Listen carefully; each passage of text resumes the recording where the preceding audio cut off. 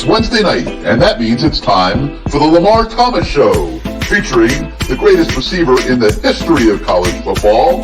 Just ask them, Lamar Thomas. I was born in Ocala, Florida. I moved to Gainesville to go to high school. Been recruited probably since the 9th grade, illegally, I might add, by the University of Florida. I still can remember Coach Solinger, Don Solinger, coming out to our practice one day. Here it is, this guy comes out in the University of Miami jacket, and I said, I can't believe that's Miami out here. And, you know, I wanted to go up and say, hey, I'm Lamar Thomas. And actually, I did walk up to him and I said, hey, Coach, I'm Lamar Thomas. And he said, I know. And that was the start of my relationship with the University of Miami. Patton, another good block, and Petrino lays it out. Touchdown,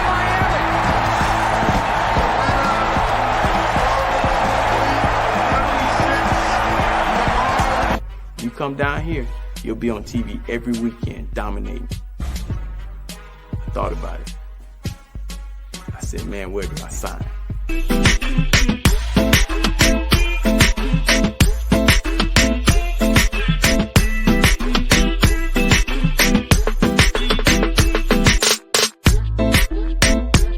My mom, on Saturday mornings, I would wake up and she'd be holding my hand. I thought she was the weirdest lady in the world. But she was holding my hands and she would be rubbing them and saying, one day these hands are gonna make you a lot of money. She was smart.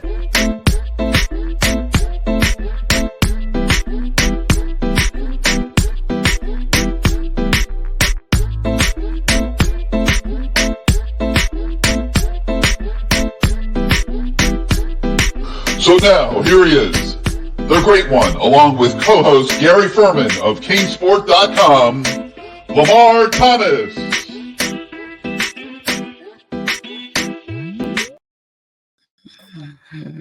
What's going on, LT? Another week. Big week, Gary. Big week. You know, I'm sitting here cracking up. Our first guest who's going to be coming on soon is Richmond Webb, and he's already in the lobby, and he was watching your open there, and he was cracking up like crazy at every scene. So I'm sure he'll have a few digs for you when we bring him on here in a minute. But huge week for the Canes. Let's go to this screen here for a minute. Huge week for the Canes. You got Texas A&M, Richmond Webb's Texas A&M Aggies coming in, and wow, you know, I remember I was covering the Dolphins back when Richmond Webb was the #1 draft pick out of Texas A&M, and man, I'm looking at him in the lobby. He'll be on here soon enough, and I'm seeing a lot of gray, Lamar, and I'm seeing a lot of gray, and I'm wondering how the heck did I manage to escape that to this point. But we'll have Richmond Webb on in a minute, and he'll be representing Texas A&M on tonight's show. But yeah, just a massive week here for Miami. This is a game that they absolutely must win. I think just in terms of what Mario's trying to do here in year 2, reestablishing a presence for the program, a relevance to the program, a respect to the program. Yeah, most definitely. Respect, all those things you just mentioned. I mean, this is a big game for Miami, especially on a national setting. But at the same time, you also have to say that about Texas A&M. Because they have, this is a big game for them also. I mean, you got a new coordinator coming in, Bobby Petrino. Jimbo's answering all the questions. Can it work? There's a team that was, I think they were 5-7 last year also. This is a big game for them, but for both teams. It's a huge game as far as what the perception will be from this point on for the remainder of the season. Yeah, and you mentioned a big game for Texas A&M as well. No doubt about it. I mean, coming off of their disappointing season of a year ago, they kind of have the same agenda as the Hurricanes. These are two forces that are going to be colliding on Saturday afternoon at Hard Rock Stadium, and that usually makes, in the game of football, for great theater. Oh yeah, this is gonna be a good game. I'm really two offenses. I love to see what our offense is going to do under our new coordinator, and I'm sure Texas A&M is wanting to see what their new coordinator can do. Bobby Petrino against the Miami's defense. So this is going to be a game. I mean, but I wouldn't count out. I would count those two as far as the offense, but this is, I think, special teams will play a big part of this game. And whatever defense is able to step up and get some stops, I think that'll play huge in this game as far as who wins this ball game. And this game has a little bit of significance for you on a personal level. For I think like three or four seasons you coached at Louisville under Bobby Petrino. You were the wide receivers coach, and so Bobby Petrino very well. He's the offensive coordinator for Texas A&M now. A bold move by Texas A&M head coach Jimbo Fisher to bring in a former head coach with the pedigree and resume of a Bobby Petrino to run his offense. And I know you recorded the Texas A&M opener the other day because you wanted to watch it very up close with a very keen eye to see, is Bobby running the same offense that we ran at Louisville? Is Jimbo allowing that? And I'm guessing that you saw some Jimbo elements mixed in with Bobby's offense, but tell us a little bit about what you saw when you looked at that tape. Well, I saw, just like you said, some Jimbo elements, but, this is Bobby's show. I mean, Jimbo is the head coach, but I'm sure he's saying, hey, Bobby, you run the show. What makes you feel comfortable? Bobby Petrino is one of the greatest offensive minds, the coach in college football. And what he does as far as packages and plays and concepts and coverage beaters is he's very thorough. So I'm sure Jimbo, he's had his offense for a long time, but didn't Jimbo look entirely different without all those damn papers? Yes, on the sideline. I mean, it looked like he was relaxed. So I'm sure he's enjoying this a little bit. Yeah, Coach Petrino, man. We'll talk about it later in the show, but I mean,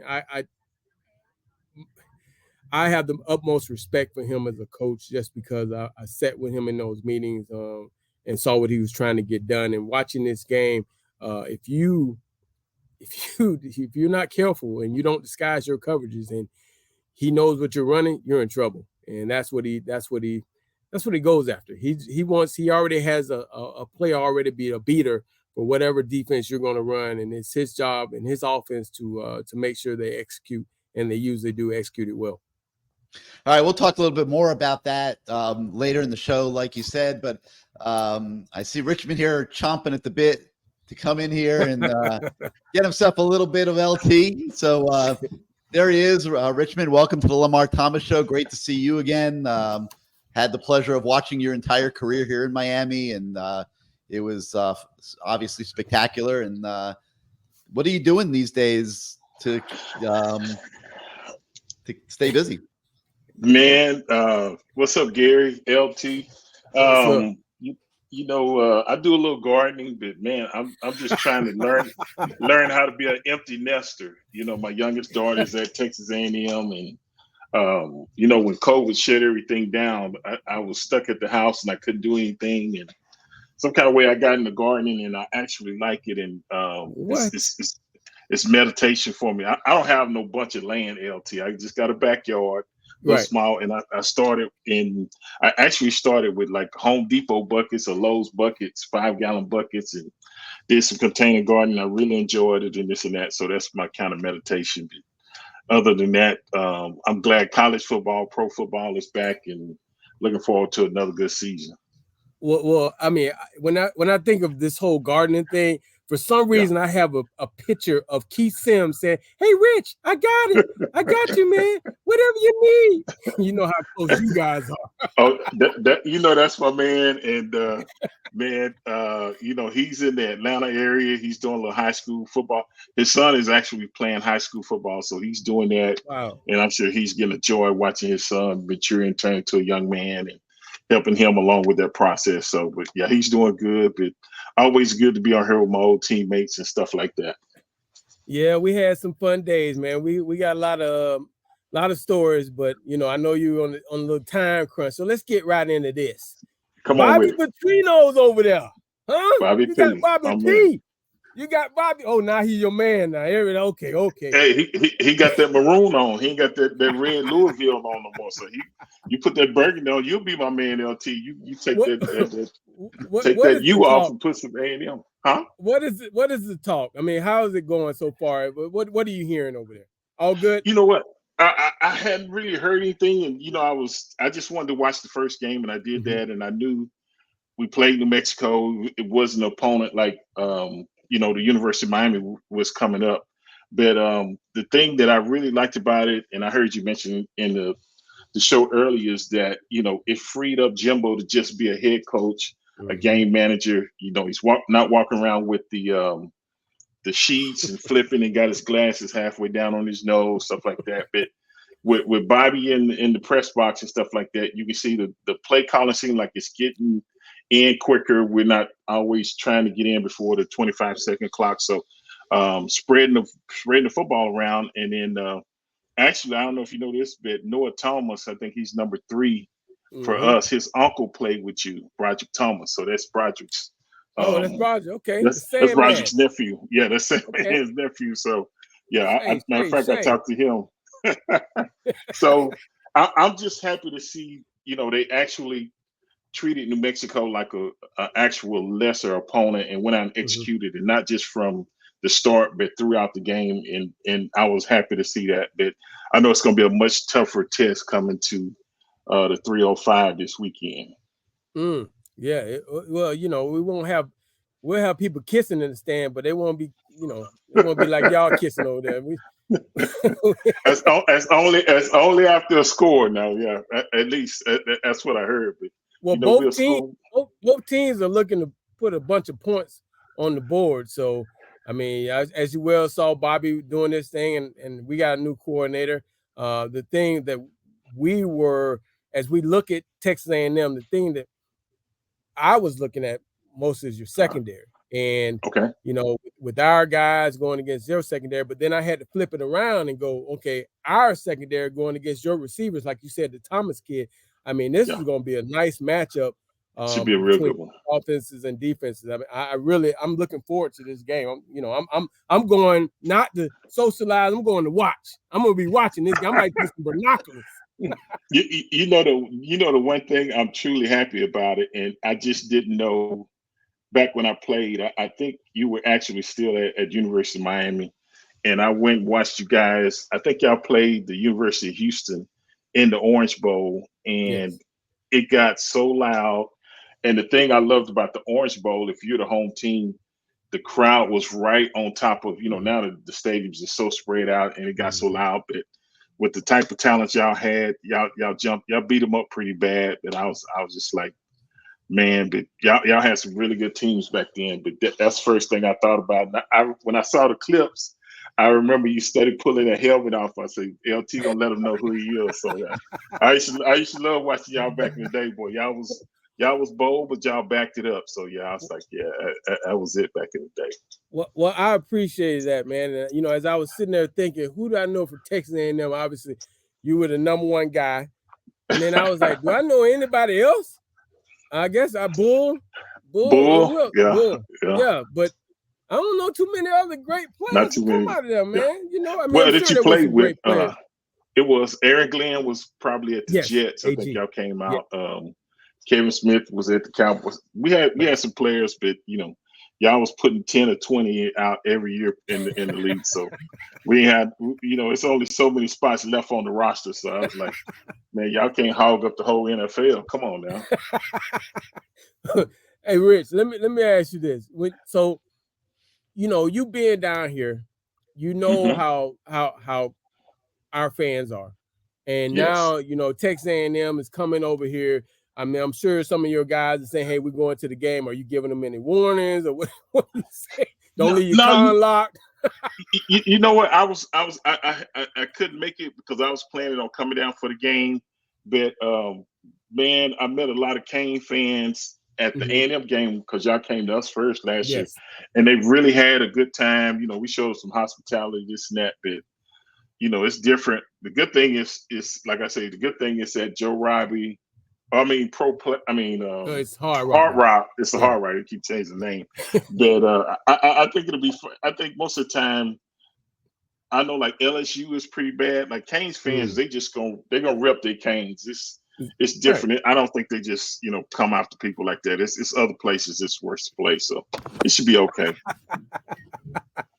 No, they're pretty good. They're pretty good fans. I mean, they're the Dolphin fans. They're just a little bit more mature Dolphin fans, and I'm sure you had a great time down here with the Dolphins fans. You being the guy that protected Dan's blind side, and you did it well. And obviously, I'm really looking forward to it's about your time for you to get that golden jacket.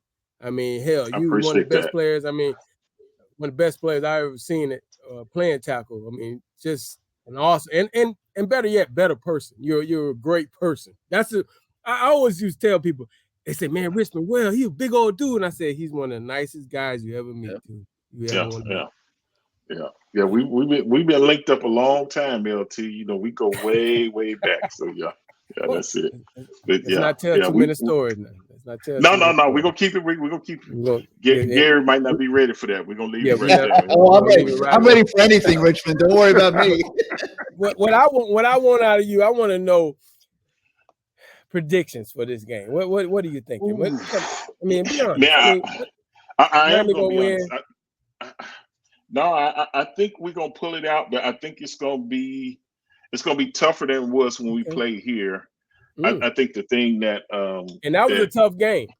That was a real tough game. It could have went either way. It was almost, and I think it's because both teams got talent, both teams got a lot of things to prove. This and that. It's who can execute and make the less mistakes, and it'll be more of a challenge for us because we're on the road. It could be a hostile environment, this and that, but that's when you got to really focus in on the mental side of it and say, hey, let's go out there and take care of business and do what we need to do. But I think it's going to be a really good game, and it's an early game where it's a really good matchup. So I'm looking forward to it. And one of the great things about Bobby Petrino being over there, he's coached some teams where he's never really had a great team, but now he's on a team, one of the best teams money can buy in America. I mean, I mean, he got all the skill positions. Richmond contributes to that NIL fund. He knows. I'm sure they hit him up for a donation to the NIL fund. But the thing with that too is we took a lot of slack for the number one recruiting class, but a lot of those kids had to play earlier than what they were really truly prepared to play. But I can see a lot of them mature watching them this year, so I'm looking forward to them going out there. We had a couple of bad seeds we had to get rid of. They got them out of there, and it seemed like everybody's focused and on point. And I just want to see them. So they got a good start. We just got to try to keep it rolling. And that's why I said that both of these programs, I think it's a must win for both programs because I mean both programs coming off of last year, there were so many high expectations, didn't get the job done. Now you come into this year. You had a great offseason. You added some additions as far as coaches. You got players, and like you said, some of those guys that played last year early, now a little bit more mature. This is going to be a must-watch game for all of college football because this is going to, I mean, as we well know, college football is great when Miami is involved. I mean, I don't know about Texas. It is. I know you don't know about A&M. But I mean, but I'll say this, and I agree. I think it's a must-win. But we know somebody's going to lose. But what I say, if it's a really good game, a lot of time that counts towards style points. And if it's how you respond after you win or lose, and continue. If you get back on track, I think it helps both teams in the long run if they both have success throughout the season because when they go back to look at your key losses or whatever, who you played, this and that carries weight as far as trying to get in the playoff system. So you're right. It is a must win, but I know somebody's going to win, somebody's going to lose. But if you're the loser, how you respond to it and get back on track, I think that's what's key. Well, Rich, man, I appreciate you coming on. I know you got a lot of stuff to do tonight. Got to get ready for this. It's a big weekend, and I'm sorry you can't come on down, man. But I'll be texting you just to let you text know. Me, brother. I will text you, man. Don't rub it in too bad. If y'all get to cutting up, don't give me too much at a time. A little bit at a time now. Hey, you know me. I'm gonna rub it in. I do know. Hey, man, much love to you, man. I tell all the guys you say hello. All right, Rich. Please do, man. Hey, thanks for having me on the show. Good seeing you, Rich. The great Richmond Webb. Man, I'll tell you, I remember the day he was drafted by the Dolphins. It's like it was yesterday. And man, what a great left tackle he was for so many years, LT. All right, let's take care of a little business here. You're at CaneSwear, as you are every week. The show is presented by CaneSwear. I got CaneSwear set behind me on the screen so you guys can check it out. And, CaneSwear, of course, is your headquarters for all your hurricane merchandise needs. You can visit their store at 2655 South University Drive in Davie, where Lamar is right now. Or you could shop 24 hours a day at caneswear.com. We'll be talking more about them later on in the show. So, LT, the line for this game starts at, I think, 7.5 points. And after these two teams played their opener, that was like the early line where, people bet sometimes in the summertime and stuff. And after these two teams played their first games on Friday and Saturday, want to make sure you can hear me here. After they played their first games this past weekend, and then the real line came out on Monday, boom, down to 5, down to 4.5. The money started flowing in on the Miami Hurricanes. And I think Miami showed up on opening day against Miami of Ohio, Lamar, a little bit better than people thought that the Canes would. Yeah, I thought they played well. I thought that Miami, for the most part, executed. They did what they were supposed to do. I mean, when I looked outside and saw it raining before the game, I said, okay, so Miami must establish the run today. Okay, this will be a great day to try to establish the run. This isn't an SEC style type defensive line. You should be able to move them around. You should be able to dominate, unlike last year, dominate the teams you're supposed to dominate. Okay, I said quick passing game. You want to get that established. You want to throw some quick passes, not put your quarterback in a situation where he has to try to win the game by throwing the ball. And they did that. They threw some screens early in the game, got some completions. I thought the offensive game plan was pretty much right on key with what they needed to do as far as for a rainy day against a team like Miami of Ohio. And I said what I said. I thought it was going to be like 35-12. And they scored a little bit more than that. But, I mean, I was okay with that because I think that for both teams now, I would think that they didn't put it all out there. I don't think you put it all out there because, remember, we didn't really throw the ball downfield much, okay? Texas A&M might say, okay, well, we're gonna take the short game away. We're going to make you throw it downfield. Okay, we'll throw it downfield then. And I'm sure watching Texas A&M, they didn't run a lot of stuff. I mean, what Bobby does over there, he's going to get some packages. He's going to have the same the people in different formations or the same formations of different packages where guys are going to run the same routes. He's just going he's going to just do it over until you stop him. And, he is going to try to figure out where your weak spots are, which every coordinator does. But he just has this certain in practice, everything has to be perfect because what he wants you to do is when you go into the game, you to have that type of in your mind, you're thinking, hey, we did this all week in practice. It should work. So you're going to have that confidence. You're not going to be going against the first team defense. You're going to go against scout team guys, but everything's going to work and it's going to work extremely fast and efficient. Well, of course, Shannon Dawson's looking to save a little bit, obviously. I mean, he's not going to roll out his whole offense. But you also had Tyler Van Dyke dealing with the finger. So, he was not 100%, and they probably weren't sure how well he was going to be throwing the ball down the field. So they started out with the horizontal passing game. It worked.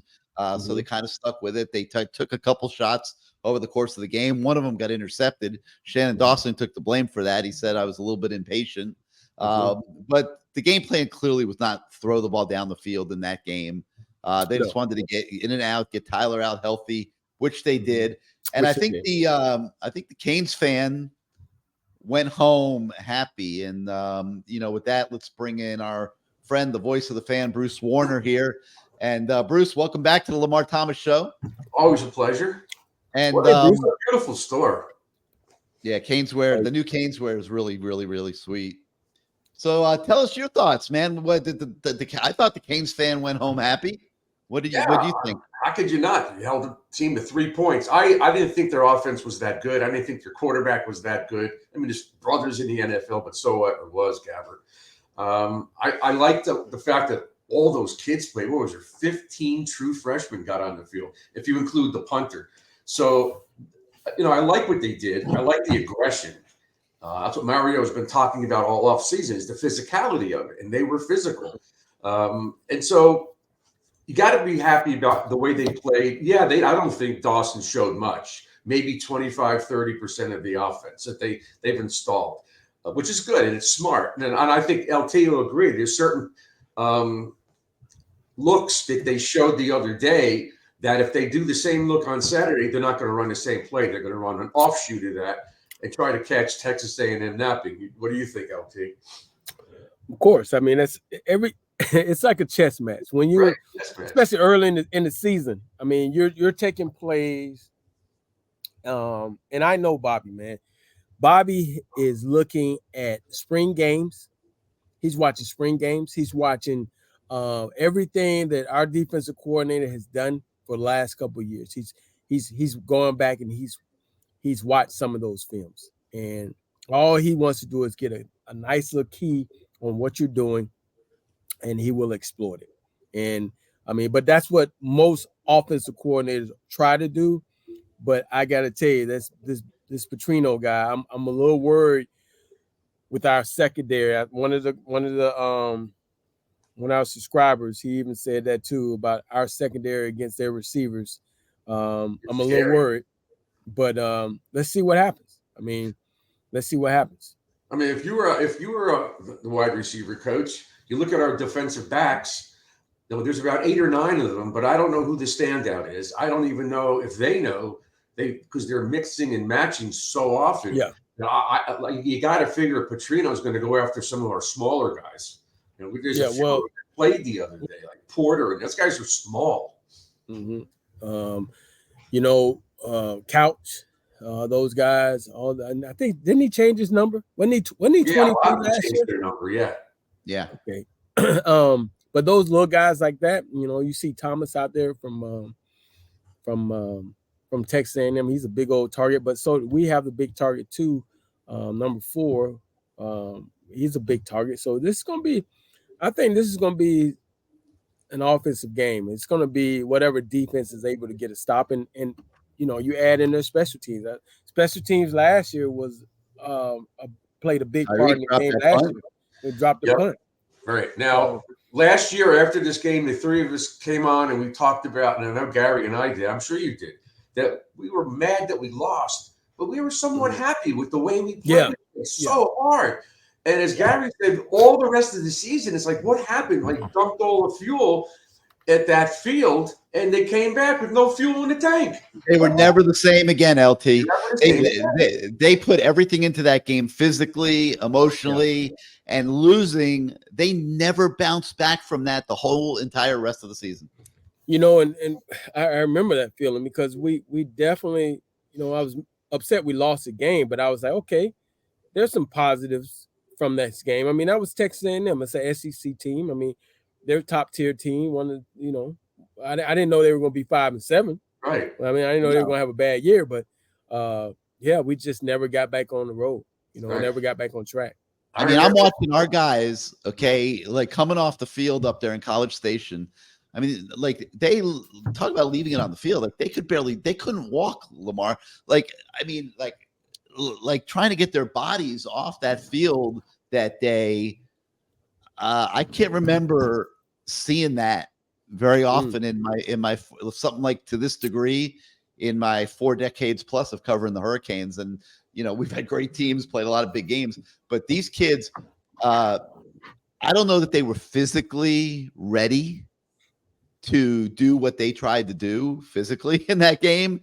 And they were showing the wear and tear coming off the field. And I think that, and we saw this when Manny Diaz was the head coach and Miami went to Dallas to play LSU. And I think when you build yourself up so much for these games early in the season, and Saturday is circled, I'm sure, pretty with pretty thick red ink on everyone's calendars. I mean, this is a big game for the Canes. But when you put so much into, like, we're better, we're going to go toe to toe with them, we're going to be physical, we're going to be tough, and of course, this is year one of Mario we're talking about. That's all about the culture that he's trying to instill. And you put all of that in, and all that work in the offseason, in the weight room, in the fourth quarter program, and the way that Mario demands that these kids work. And then you're not successful on game day, LT. And it's like a shock. It's like, man, maybe we're not as good as we thought we were. And you tell us, but that might be harder to bounce back from than maybe you give it credit for on face value. Well, anytime you're playing a team, especially like an SEC team, this is, I coached in both conferences. I coached in the ACC. I also coached in the SEC. That's right. And I got to tell you, it is there's a big difference week in, week out. I remember Florida back in the day making that excuse. They took us off the schedule because the SEC schedule was so grueling. Plus, they had to play us. And I'm like, yeah, whatever. Right? Yeah. It is grueling. I mean, it's because it's a lot of big bodies. I mean, to be able to, you think about it, as you saw those guys last year walking off that field, being able to push around those SEC D linemen and the offensive linemen, that takes a lot out of it. That's a toll. Yes. That's going to be the difference between what we saw that running game do on Saturday against Friday, Miami of Ohio. Yeah. It's you got bigger bodies now. It's not, I like what I saw. If we're able to run the ball like that against them, I'm feeling real good the rest of the year. Because this is a test. This Miami that comes in here this week to play Texas A&M is much more physically built for what they are going to have to do on Saturday. And all those opportunities last year with Gaddis calling the plays in the red zone, that killed us too, because that's a memory. Can you do me a favor, Bruce? Coming off the field and talking about it, and of course I remember Gary before the game walking through all the horse duty on the sidelines and talking. Hey, Bruce, can you do me a favor? Let's not bring up Gaddis' name again. Okay. Well, the guy that I wanted fired after that game. We're going to put him on the thou who shall not be named list. On our other shows, LP, we got Manny Diaz on that list. Like, it's like we put him on the thou shall not be named list, because it's like, how long are you going to keep bashing Manny Diaz? It's like Gaddis certainly qualifies. He qualifies. He definitely qualifies. So let's make up for last year, the lack of, that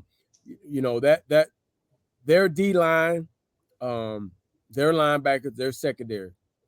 Okay, it's different. We're going to have to. We're built for it now. We're bigger up front. We're more physical, as Mario always talks about, the physicality. We got better players.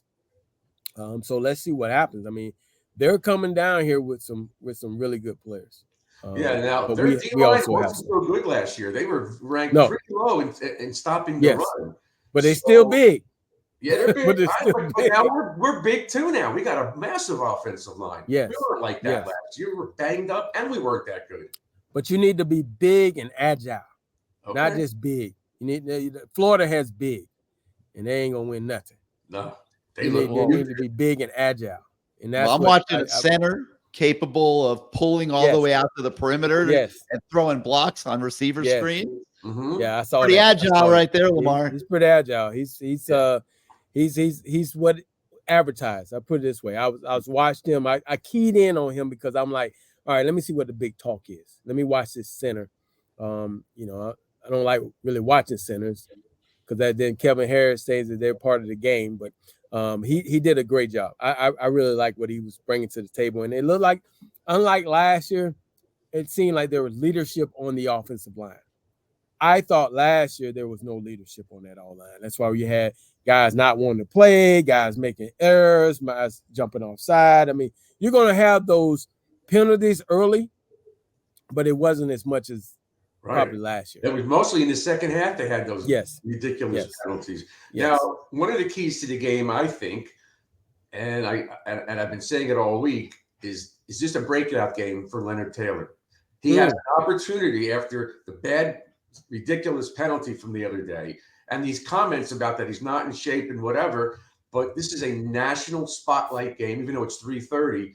He has a chance to shut a lot of people up and put some money back in his pocket, because after that dumb penalty, I don't know what the NFL scouts were thinking, but he certainly hasn't dominated. And now he's in his third year here. He's been here for 2. And he's not now. I don't know if it's the injury, he's not in shape, but he only had 15 reps on Friday night. Well, that was Miami of Ohio. He's probably gonna get a lot more. Yeah, he'll get a few more, I think, this week. But he better do something with those reps. That's right. And watching that game, Texas A&M game, I was kind of thrown off by the running back from Texas A&M being a Miami Central guy. Yeah. They kept talking about Mark Jones kept talking about that. That just goes to show you the outreach that South Florida has as far as in the football community. People coming in here, Texas A&M coming in here, taking the kid. The D lineman they took from Pace. Jamar Stewart. Jamar Stewart. Yeah. Who doesn't start? He doesn't even start. Well, we knew that. Well, that's James Coley, man. That's James Coley coming in. We knew he wasn't going to start. We knew he was going to get his pockets paid. Of course. Of course. And probably the high school coach too. But I mean, hey, it is what it is. So he'll probably be back here when we win this game. He'll be back in about 2 years. He'll be one of our NIL guys. All right, LT. So let's, you talked a little bit about Bobby Petrino will be ready to exploit anything he sees he can exploit, which opens up a lot of questions. And you were there in the trenches with him for several years. You understand how he game plans and the degree of preparation that he puts into it. So take us to square one. Right. It's Miami week. How much time would you say he probably spent in the off season preparing for this game on Saturday? He probably most likely was not preparing that much for freaking the team they played first. Miami was circled. Yeah, Miami was circled. I mean, this is a game. Bobby Petrino, he's always had some I want to get Miami back in his blood. And let me explain to you why. That punt return that Devin Hester had when Louisville was in their top of their game and they punted the ball where he told him not to punt it to Devin Hester and he takes it back. He can't forget that. He has been waiting on a game like this. And let me tell you something. Talking to him, he wanted a coordinator job. He wanted a coordinator job at Miami. He wanted a job at Miami. He always said with those type of athletes, he felt he was unstoppable. With those type of players, he felt like he would be unstoppable.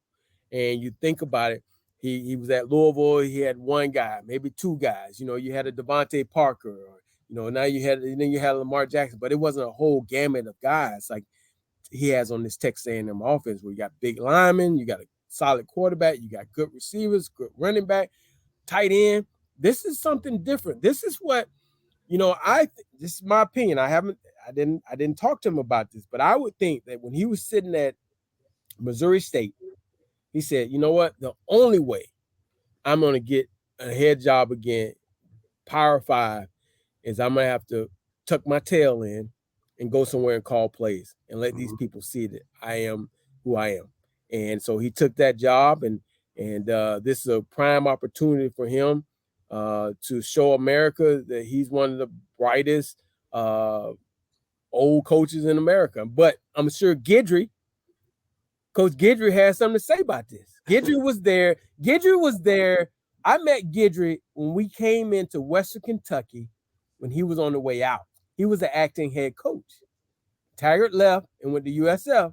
Guidry was there when we all came in. It was kind of a weird situation because they had a bowl game. So you think about it. You're talking to the guys you're going to be taking their job.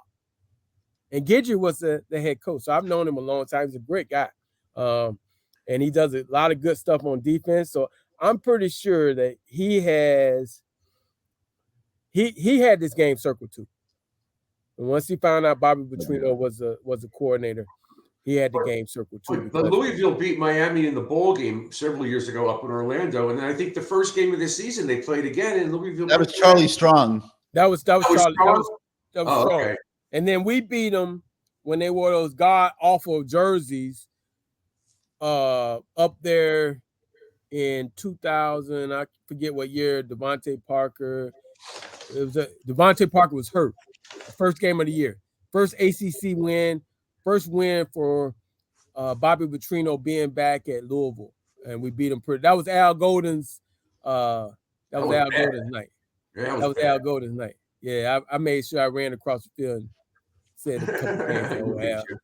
Al Golden showers, but yeah, that was a good game. I had a little mixed emotions about that. You know what I mean? That was one of those games where, as Miami fans, they were pissed off with me because I was, I had to tweet about where would you rather play, this place or that place, had a picture of the Orange Bowl, or not the Orange Bowl, the Pro Player or Joe Robbie or Hard Rock with nobody there.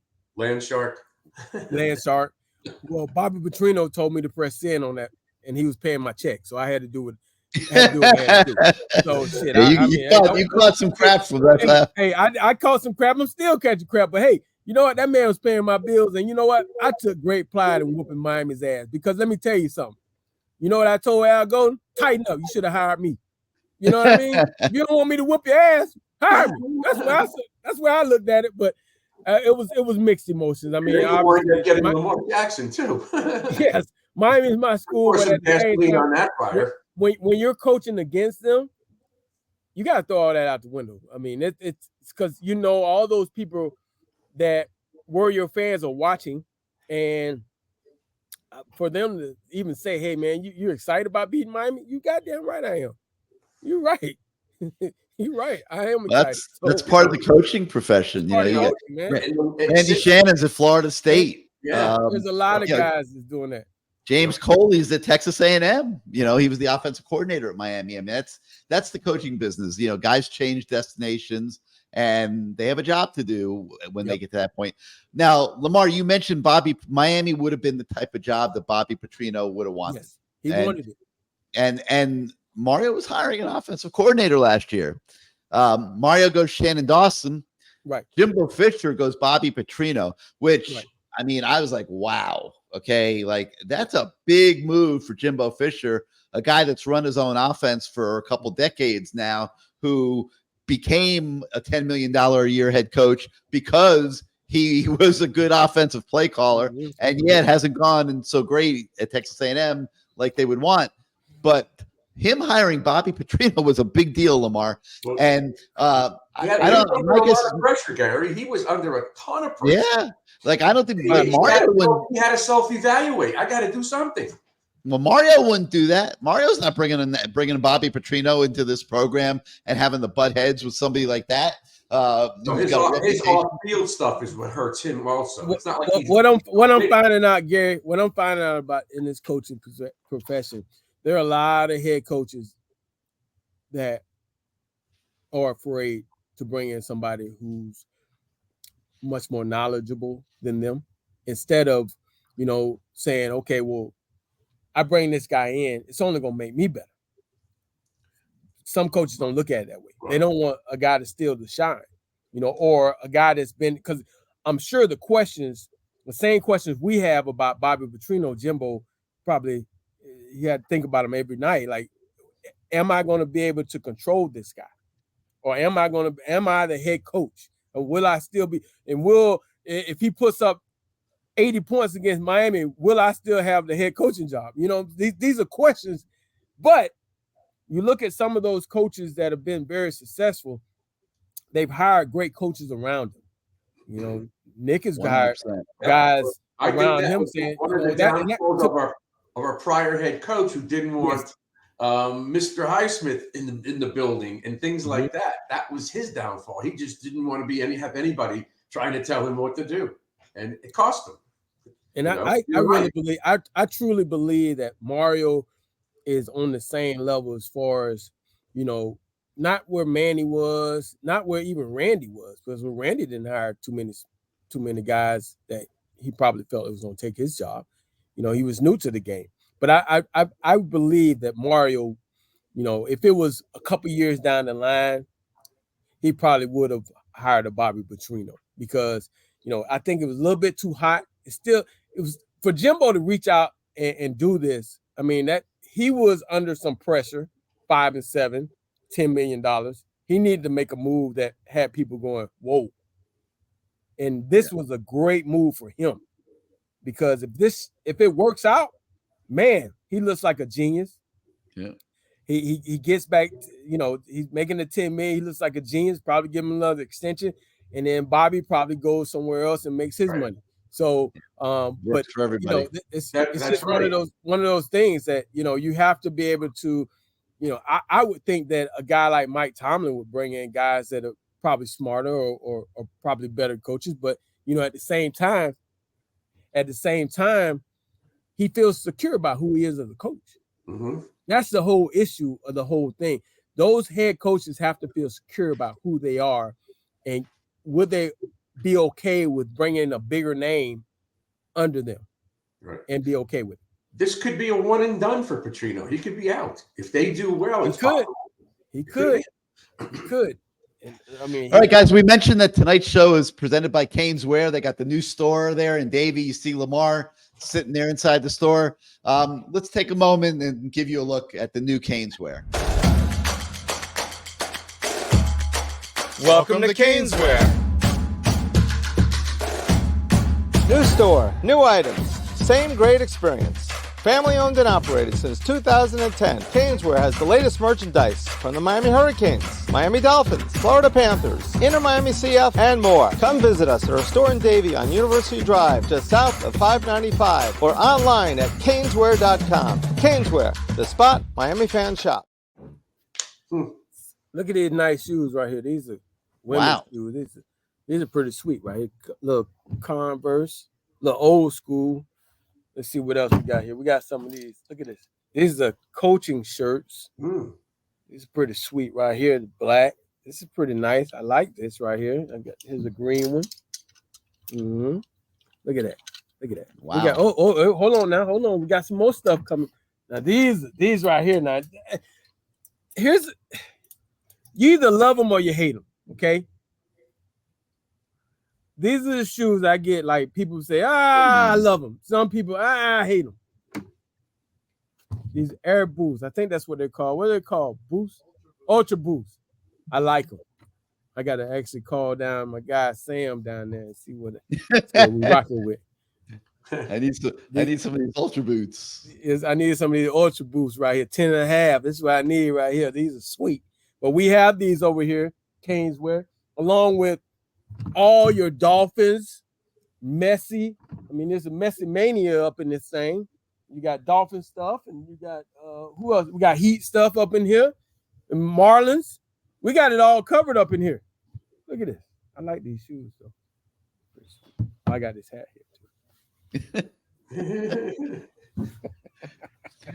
So check out the new CaneSport if you live in South Florida, and if you don't, you can shop any time of the day or night at caneswear.com. All right, so Lamar, so we've been talking about this Bobby Petrino guy. Boy, well, your daughter will look great in that one. Yeah. We've been talking about this Bobby Petrino guy, and I'm sure a lot of people watching know who we're talking about, but some probably don't. And Bobby Petrino over the recent years has been well regarded as one of the best offensive minds in college football. It was in the NFL as well for a while, and people have a lot of respect for a cup of coffee. Yeah, quick cup of coffee in the NFL for sure. Yeah, but this is a guy that's known for being able to dial it up and score points. So LT, like we mentioned, you worked for him for several years. What makes him good? What's I mean, offenses are plays. Every offensive coordinator's got his plays. What makes Bobby Petrino good? Attention to detail. It's so thorough. I mean, what's this? What night is this? Wednesday night? We still in there. We're still in that meeting going over stuff. I mean, it was tedious, but on game days, it comes together. I mean, you're breaking down as a receiver coach. Now, I'm a receiver coach, but I'm drawing up line stunts. I learned more I learned more about football being with Coach Petrino than I knew the whole time playing. I mean, I'm drawing up line stunts, stuff that I didn't even care to know about, but I had to have these cards drawn for. I think I had tray formation. So I had to have all the blitzes drawn up. We put them on the wall. We know all your blitzes. We put them on the wall. That's just trade. Some other guy had trips. Somebody had another formation. Some guy, and here it is. He's looking at those blitzes saying, how can I beat that? And he has it. And I mean, he has the plays for him. And don't forget about his unbalanced line. See, you didn't even see that in the game because it was New Mexico. He's feared from defensive coordinators by his unbalance. He has some unbalanced line play that everybody when I say I coach with Bobby Petrino, a lot of, hey, tell me about that unbalanced stuff, man. He was great. He's good at that. I mean, his playbook. I should have brought the playbook. It's not that thick.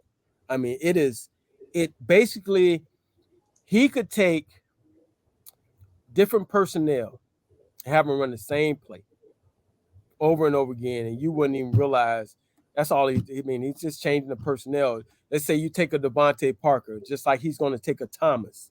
He's going to move that guy around, and it's not a stretch. It's already built in. And it's not like, where you got to, put him over there. No, it's already built into the offense. Everything that he does, I mean, it is well orchestrated as far as that's how you're organized, how you should be organized to run your offense. I mean, if it's not for his off the field stuff that happened, I mean, who knows where he'd be right now. But this is a great opportunity if, to have a good showing if that happens against Coach Guidry and the Miami defense. If it happens, I mean, the sky's the limit for him. But the thing that Coach Guidry and those guys are going to have to do, they're going to have to disguise the coverage. Yeah. You got to disguise. You got to disguise it. You got to get him thinking that you're doing something else. And you're gonna if you play bend but don't break defense, make them make the mistakes. Hey, we've seen it where rain game, guy throws across the middle, pops up in the air, safety catches for an interception. You got to play that type of defense. And Coach Guidry, I'm sure he knows. I mean, guys that have been in coaching for a long time, they talk to each other. So I'm sure he's either been against Bobby before or knows somebody's been against Bobby, and he knows that Bobby's going to make sure you don't substitute. He's not going to allow you to substitute. He's going to keep those same people on the field, and he's gonna, if you go basic, he's gonna kill you. If he knows what you're running, he's gonna he's not one of my only jobs on the sideline for him was to point across the field and see if the guy was on or off to the field, because if they're off, he's gonna throw the hitch. He says, hey, people don't throw the hitch anymore. He's gonna throw the hitch over and over, and he's gonna take what you give. If you're gonna give it to him, he's gonna take it. Yep. Well, I think that Guidry's defense now, he hasn't seen much of it. I'm sure what Miami played last week is very vanilla defensively. So that's somewhat of an advantage for Miami, is that he's going to move these kids around. And one of the things we have to do is get pressure on your quarterback. We have to, because he had a good game last week, 5 TDs, but against whom? He's a kid. He's still a kid. So if we could pressure this kid, no matter what Petrino does, that's going to help Miami. They cannot let this kid get off. They can't. You got to be able to make sure that D-line is going to be important in this game as far as staying in your lanes, making sure we keep contained. The same things we've been talking about for years. Sealing the edge. If you don't, Petrino, I'm telling you, I wouldn't be shocked if he doesn't move the pocket some. Because we've shown the propensity to screw that up.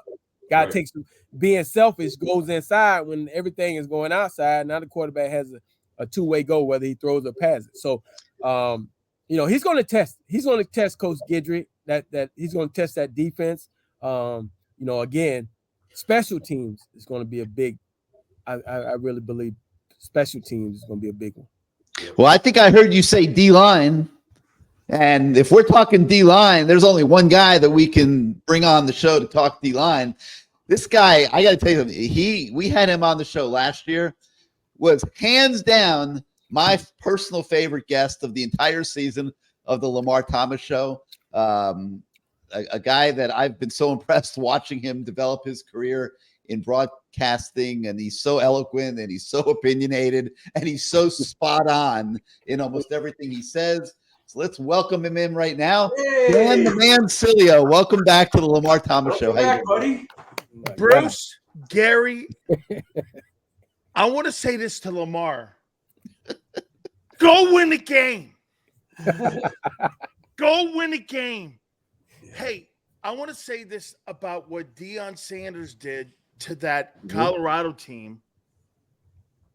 Irvin and Sapp. Those guys were listening to those men. Lamar knows this as well as I do. Lamar, I think because of the 20 years of us not being good, that we have lost this. Dude, I didn't go into football games. I didn't go into football games thinking I was ever going to lose a game. It was more about going and having a great time at either the Fountain Blue or whatever after. And it wasn't anything. They used to invite us more into bars and places and food places than the Dolphins. We were so iconic. We have to get back to the belief. A&M, listen, there's no doubt. Dumbo Fisher has a pretty good roster, and he's recruited. He makes $8 million too. By the way, Mario's coming on my program tomorrow at 4:30 Eastern, and I'm going to tell him the same thing. Dude, this has got to be a belief. Yep. You have got to go into this game. Hey, Lamar broke down all, I mean, I get we're in an era where we break that stuff down. Dude, I got to tell you, I went into football games at the Orange Bowl. I never thought we were losing. It was about effort. It was about us. It was about what we're going to do. It was about the belief. Can you imagine?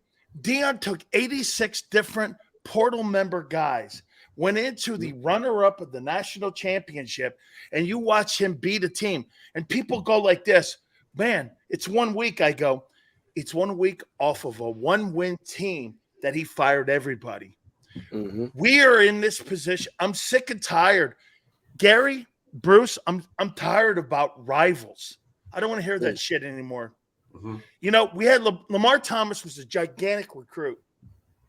Russell Maryland had 2 scholarship offers. It was about a profile of a guy that came to UM, and Jimmy and Butch and Dave Wannstedt, and by the way, you know what's crazy about those guys? To this day, 35 years later, they're my best friends. And they have never treated me differently. They come on my program, they talk to me, and they love me. And I'm like, man, I'll tell you what, I'm 19, I'm 30, I'm 60. They're the same people. It's about a belief in a program. We have to win a game. Yeah. It's been 20 years of shit football, dude. This is it's time. I'm sick of it. Yeah, and it's been 6 years since we beat Notre Dame. That's the last signature win. You know what's crazy about that? Bruce, you know what I did that night? I spoke that night on a Zoom call to the players. I said, do you believe in blind faith? I said, that's like believing in Jesus Christ. And they went, I go, do you believe in God? And they went, yes. I go, well, you have to believe in a process the same way. When you go into a game, it's blind faith that you believe that coach will get you across the finish line. Dude, Lamar is one of that dude's one of my guys. That dude right there is one of my guys. And he'll always be, and he knows that. Michael Irvin texted me last night. He goes, Sills, what do you think A&M? I go, do they believe? This comes down to belief this weekend. I think they have a better roster. I'm going to talk, like I said, I'm going to talk to Mario tomorrow.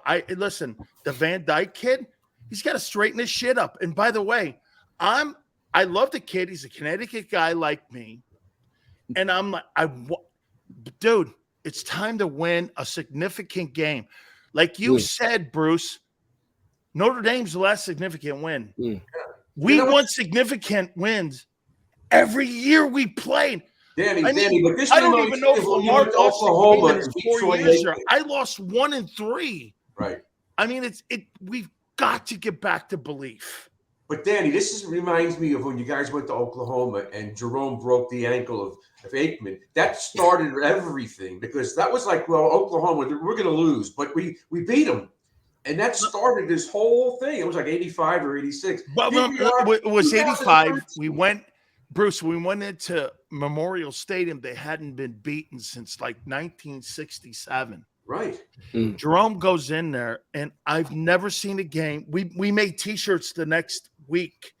I've never seen a guy get 20 tackles. By the way, I've never seen a guy get 20 tackles. And by the way, here is his palm at his funeral.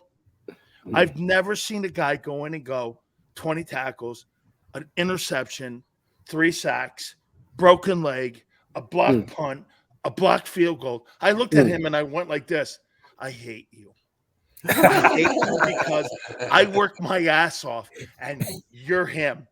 And, it was so dominant. And it was awesome. It changed how people, you got to remember in 85, because the NCAA finally had to start putting teams on that had high ratings. Well, we never looked back on that because after that, they put us on because they hated faces like Lamar and they hated crazy mother, who's like me. And they put Miami on every day because we got massive ratings and we won and we beat crazy programs. And I still say this is just my opinion. I just had this opinion. I told somebody 2 days ago, the 86 team, still the greatest team that ever played at the University of Miami. You know what, Lamar? I'm just saying, bro. I'll never forget this moment, and I'll say it to you. We held that team to 6 first downs, and we had 447 yards, and we had 29 first downs, and Vinny threw 6 picks, or we had like 8 turnovers. Jerome looks at me. They were on the 10-yard line. I look over at him. He goes, "You think they score?" I go, "No." Jerome sat down. He throws a pick. I looked at him and I said, "We'll remember this day for the rest of our life and how close we were to being the greatest team in the history of college football." And I said this, I go, "You know what, Jerome?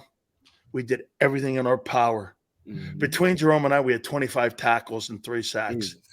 And I looked at him and I said, "It'll never, ever, ever come down to where you kill a team like that and lose." And he goes, "Our backups won the national title. Look, you see those national championship rings I have back there? One of them, Howard gave me. I wasn't on the 83 team. He gave me because he goes, you embody everything that we have at UM. That 87 national title, I wasn't on it, but I was. I started the season. Then I went to the NFL because I got declared ineligible. Jimmy still gave me a ring. I have an ACC title ring because I transferred, because I got thrown out. The only school that would take me, there were 3, LSU, Oklahoma, believe it or not, and Jimmy. And I was going to Oklahoma. Jimmy talked me out of it. And I came there because I wanted to be great. And I look at the guys today. It's been 20 years, Lamar. I'm so tired of it. We have to win. It's time. But how many of these guys have your attitude or Jerome's attitude or even Lamar's or whatever? Everything's about 4 and 5 stars and making announcements on national TV where you're going. I'm sick of that, Bruce. We're going to find out. We're going to find out starting Saturday. Kevin Fagan was a 2-star. No. Out of Fort Worth. Okay? I mean, Jesus, what rivals? I'm sick of that rivals. I told Mario, I go, hey, Mario, we need to recruit the inner city kids of like Edison and Woodrow Wilson and all these places. We were built in the black community. Yeah. We were not built at IMG or the suburbs. And by the way, this is a out of state kid. I'm from Gainesville. You don't count. How the hell did you not go to Florida? Lamar wanted to win. And he won national championship, and he was one of the. By the way, I would put Lamar as this. Let's see, as one of the greatest shit talkers in the history of the UN program. He would be in the top 3. Yeah, I talked a little bit. Yeah, but you know what though, Lamar, you had all the receipts to back it up. You didn't talk shit just to go like this. Hey, there was no like turnover like chain when you're 5-7. You were 12-0. I mean, that's Dan, your turnover chain. Dan, it came from everything we did during the week. When you work your ass off during that week and you compete every day, just like you run across many pro scouts, and what the first thing they say, man, you guys at Miami practice like it was a freaking game. I was like, yeah, that's what we did. So, Gary, Bruce, what he's saying, we had Joe, watch this, one day in the spring, Joe Petrino, Barry Switzer, Lou Holtz. Let me see who else was there. I'm trying to think who else was there. The guy at UCLA was there. Donahue was there. Yeah, Terry Donahue. He goes, how do you get your guys to play that hard in spring every day? And Terry Donahue asked me this, and I said, well, because I'm afraid of Cortez Kennedy or Russell Maryland taking my job. Yeah, that's the way it was. It's the truth. I mean, I had Jimmy Jones, and I had all of these guys behind me. Mm-hmm. I had 105 tackles in 86. Jerome, because he missed a few games, had 80. Can you imagine that today? And by the way, this rotation stuff that kids do today, oh my God. I get it because of the portal. You got to recruit your own guys. But here's what I say: I'm not coming out for some stiff. Hey, by the way, I sent our new receiver coach Kevin Beard a message, and it was about what you just said. I said, hey, the big dude got to stop coming out the game. Yeah. Ain't no way in hell I'm tapping my helmet to come out the game. Because I knew, just like you just said, the guy behind me, he ran a 4.31. The guy behind him ran a 4.28. So I had Horace Copeland and Kevin Williams behind me. I could not allow them to get on the field. Reggie Wayne said the same thing to me. Gary, check this out. I used to throw my helmet when he pulled me out, Butch. I remember that. He said to me, he goes, don't ever do that again. I go, Butch, don't ever replace me with a guy like Gary Mahon who's not going to make a play. You replace me with Jimmy Jones or Russell, who Jerome and I are like mentoring. You know what's funny? I'll tell you a story about Russell Maryland, and this goes to Butch. Russell Maryland was recruited by Toledo and Miami. No one else. I thought it was like the University of Chicago or some shit like that, right, Bruce? And I go like this, and I go, Middle Tennessee State. What? Middle Tennessee State. What? Who's that? No, by the way, Lamar, to you and me, Middle Tennessee State. That's roadkill. So, so we're sitting there, and Butch goes, I don't know about this kid, Maryland, man. He became the number 1 overall draft choice. And we're like, no. He just got to learn how to play under his pads. He'll get his feet right. He's okay. He used to look at me and Jerome and go, can you guys – and by the way, I've posted this. Ed Ogeron said this about me and Jerome because Butch made a highlight reel of me and Jerome. He goes, you know what the greatest thing? And you can go over my Twitter at Dan Sileo Show. And Ed Ogeron said this after Bush left and then came back. He goes, hey, Russell Maryland, Cortez Kennedy, Warren Sapp, all of them used to watch film on you two guys. They'd come in and watch, and they'd watch how you guys set the tone. You're the greatest defensive lineman. You two are the best duo to ever go into UM in the history of the program. That 86 D line's the greatest line of all time. And I said, that's quite a compliment coming from you. And he was the head coach at LSU. Go over. I posted it a couple days ago, and he said that. And I was like, wow, coach. He goes, no, they all used to come in and watch you guys and how you killed teams. And I said, well, it's my legacy there that we set a tone there. You were never going to run the ball. It wasn't going to happen. Russell mentored. Our names were Hawkins and Stubbs. Yes, right. Stubbs. Yeah. Daniel Stubbs. Hey, by the way, if we win that game in 86, in this store right now, they're selling fatigues, just so you know. No. Hey, I see people in forever. here going pregame speech. I go, Mario's invited me, and I'm coming. I promise.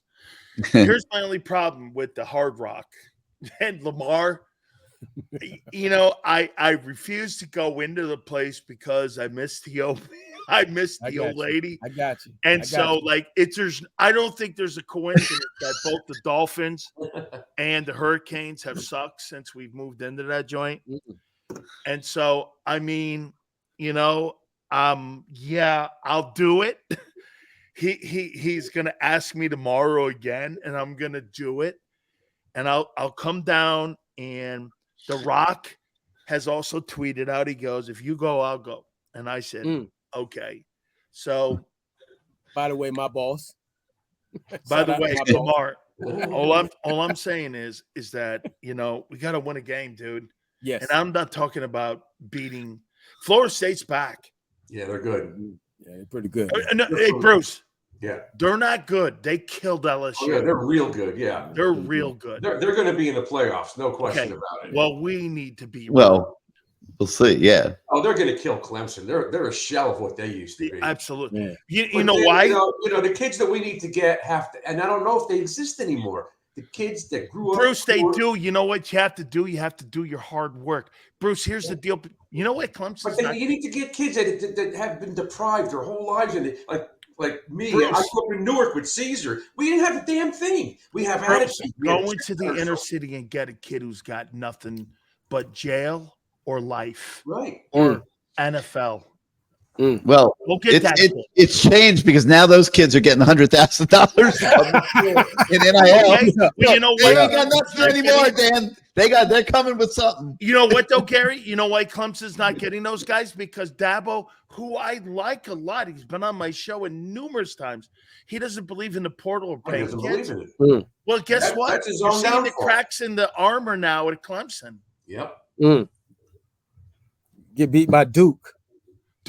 No, killed by Duke. Yeah, well, Duke, you got to remember something. Gary, Bruce, Duke makes bombs and debate teams, not football teams. I said this yesterday. Who would have thought, what Miami Hurricane fan would have thought, that we're thrilled to have Clemson on our schedule this year and not Duke? But it's true. We are. Duke has great debate teams, not football teams. I mean, oh my God, They look pretty good. Pretty good. Lamar, Duke is. See, you know what? I have to climb out of my whole deal because Duke is roadkill to me, and I mean, dude, I played OU. You can't think we still playing, bro. Hey, Gary, Florida, the first game of the year, then it was everyone else after that. You set the tone. And I'm like, man, playing Eastern Tennessee State or middle or what's it?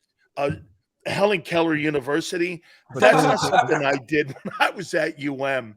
I never played Helen Keller University. So when are you and Dwayne going to come speak to the team? Has that been decided? He's saying that he wants me to talk and come down during FSU week. And I said, I will, because you know why? Here's what I'm saying. To me, That's a road game. Now, a mindset. You either believe or you don't. I mean, it just really comes down to that. You know, it's funny because I never believed in. I mean, I was at Maryland. We won the ACC. You know, it's funny. I have an ACC championship ring. UN doesn't. And I have one of those, and I was 8-4. I got thrown out because I threw a guy out of a window. And Jimmy takes me in. He goes, "Make me want you." And I said, "Okay." And he goes, "I wanted to go to a place that was going to be a winner, either OU or LSU, Michigan or Miami." And I said, "I'm going to Miami." And when I got there, I couldn't believe we had the shittiest weight room on the planet. We didn't even – do you guys – Lamar, do you know where – I don't know, maybe you were part of it, but we used to practice – Bruce, Gary, you know this. Ron Frazier used to tell us, hey, you could use center field when baseball, you guys had like AstroTurf. Yes. Yeah. We used to go in center field and work on the AstroTurf field because we didn't have one. Right. And they started practice over. Didn't you guys have a short period? A little short 40 periods. We didn't. We did. We put it in later, but I remember my freshman year. My freshman year, we actually went over and worked on that baseball turf. We didn't have an AstroTurf field. We didn't even. We had a 500 square foot weight room, and I get this. I still hold the record for the defensive tackle position at 535, and I ran a 4.78. And I'm like, everyone's like, "Sills, you still hold that record after 35 years?" I go, "Bro, do you understand the kind of guys we had in the building? We had guys like Reggie Sutton, who was the greatest athlete I've ever seen." Yes.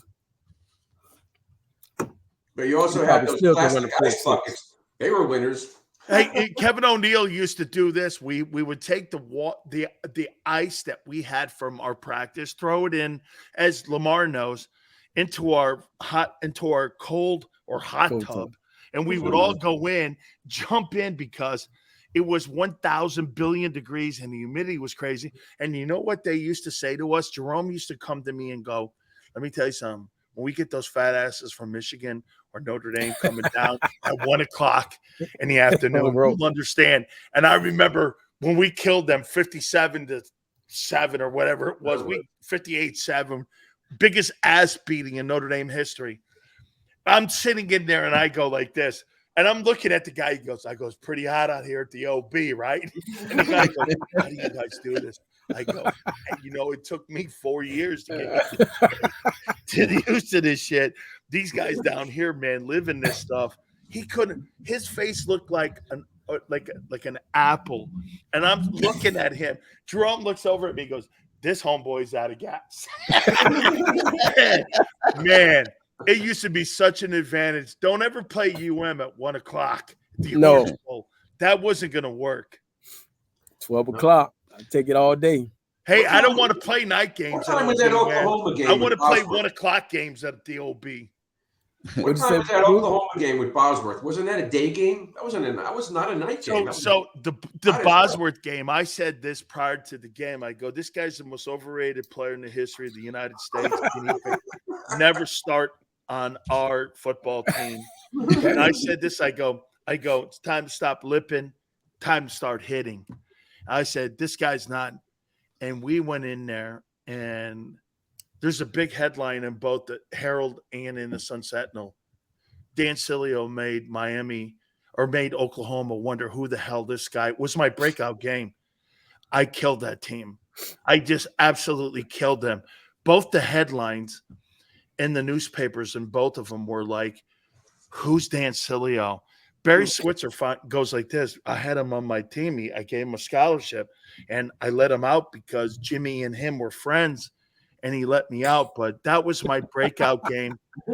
And in both newspapers, Sileo backs his own mouth up. Those were the headlines because you know what was great about Jimmy? He didn't mind us talking shit prior. And he let us all be. Let me say this. Being around all those wonderful African-American kids who didn't have shit and had to do it. It was amazing to be in a room and around those men who only had that. You have to understand, I'm not going to say names. Some of these guys were drug dealers at night. Mm-hmm. And then they won games. And they said to me, and they go, and like I said, because these guys, I love all my brothers to this day. It was such a different vibe being in that room with those men. Man, there was no bullshit. There was nothing phony. Nobody was. It was a real deal where these guys were either going to prison, dead, NFL. I'll tell you what, it was actually inspiring. So Dan, Mario's coming on the Dan Sileo show tomorrow. Yes, 4:30 Eastern time. Give us a little preview of how people can listen to that and what's that going to look like. Because to me, it's going to be about a little bit about more of a mindset because see, Lamar takes the best and the worst out of me because I mean, listen, I know that we can't talk sometimes, Gary and Bruce, to people the way that Lamar and I can talk. See, Lamar, I listened to Lamar prior to coming on. I was like, who's that? I go, he's trying to be like PC and shit. And I'm like, who's that guy?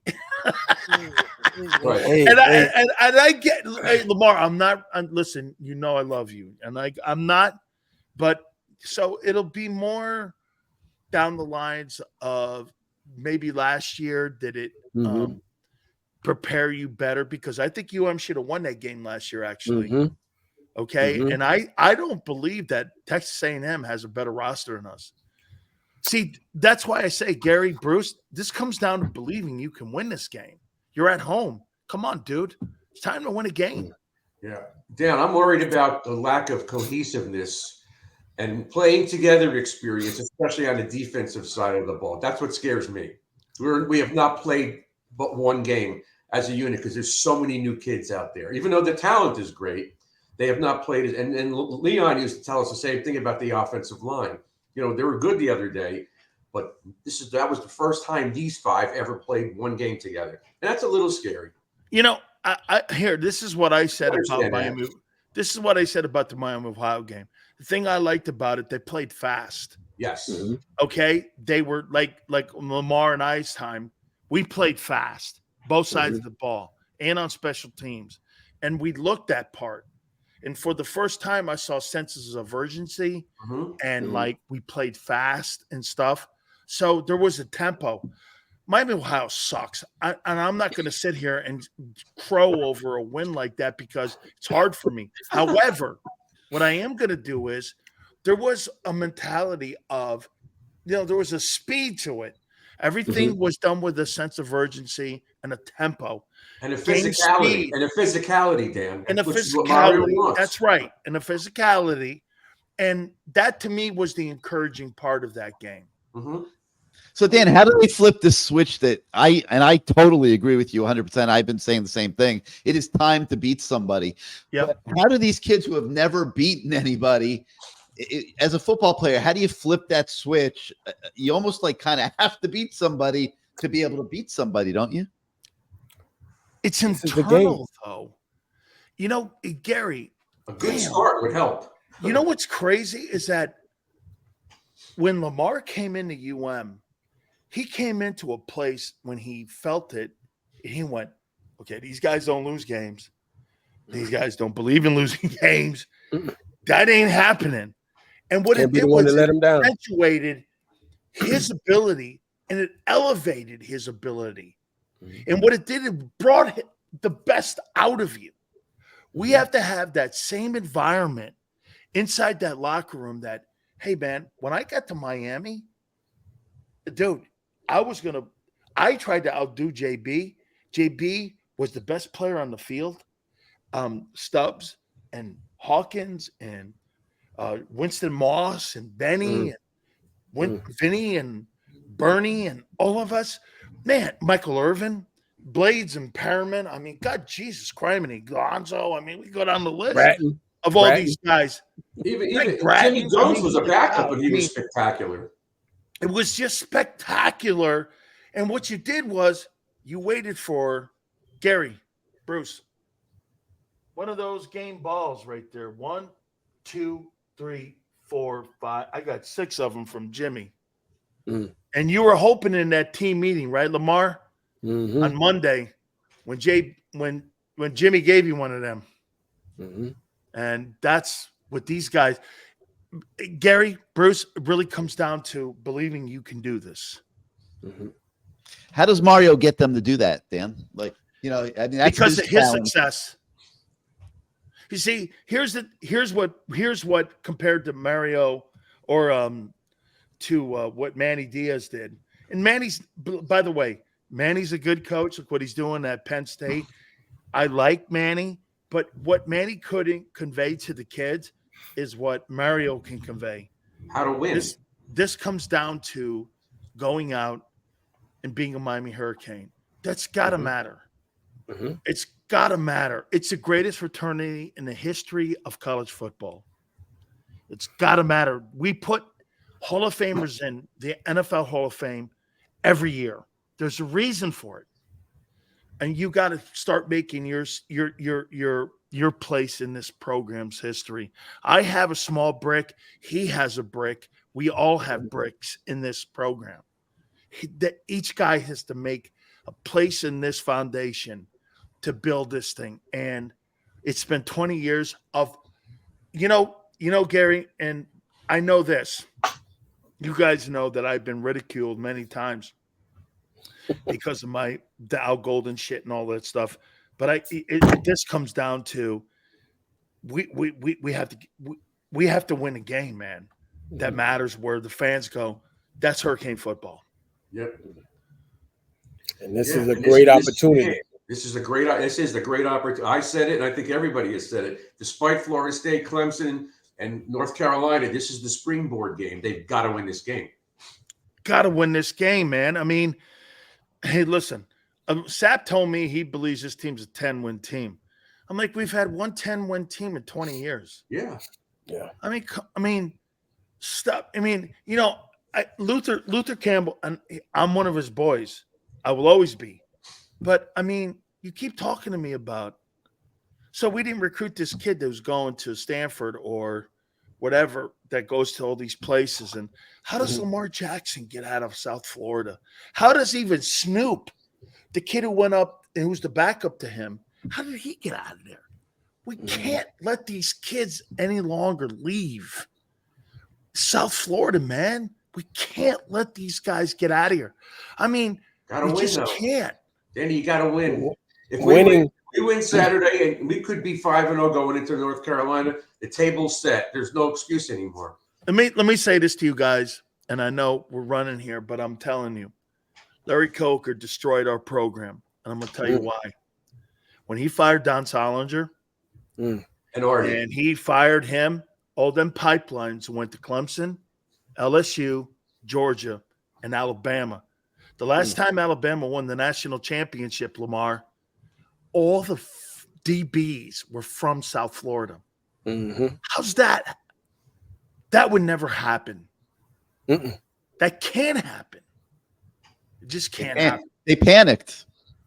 They panicked. Lazy in his recruiting, too. No, because what we did was we had a shitty president, Donna Shalala, and we had that stupid-ass Barry Alvarez what does Barry Alvarez know about building – what does stupid-ass Barry Alvarez know about building UM football when he built Wisconsin? Wisconsin?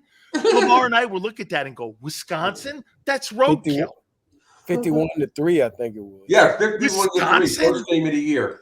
I don't give a shit about Wisconsin. We're not Wisconsin. We have 5 national titles.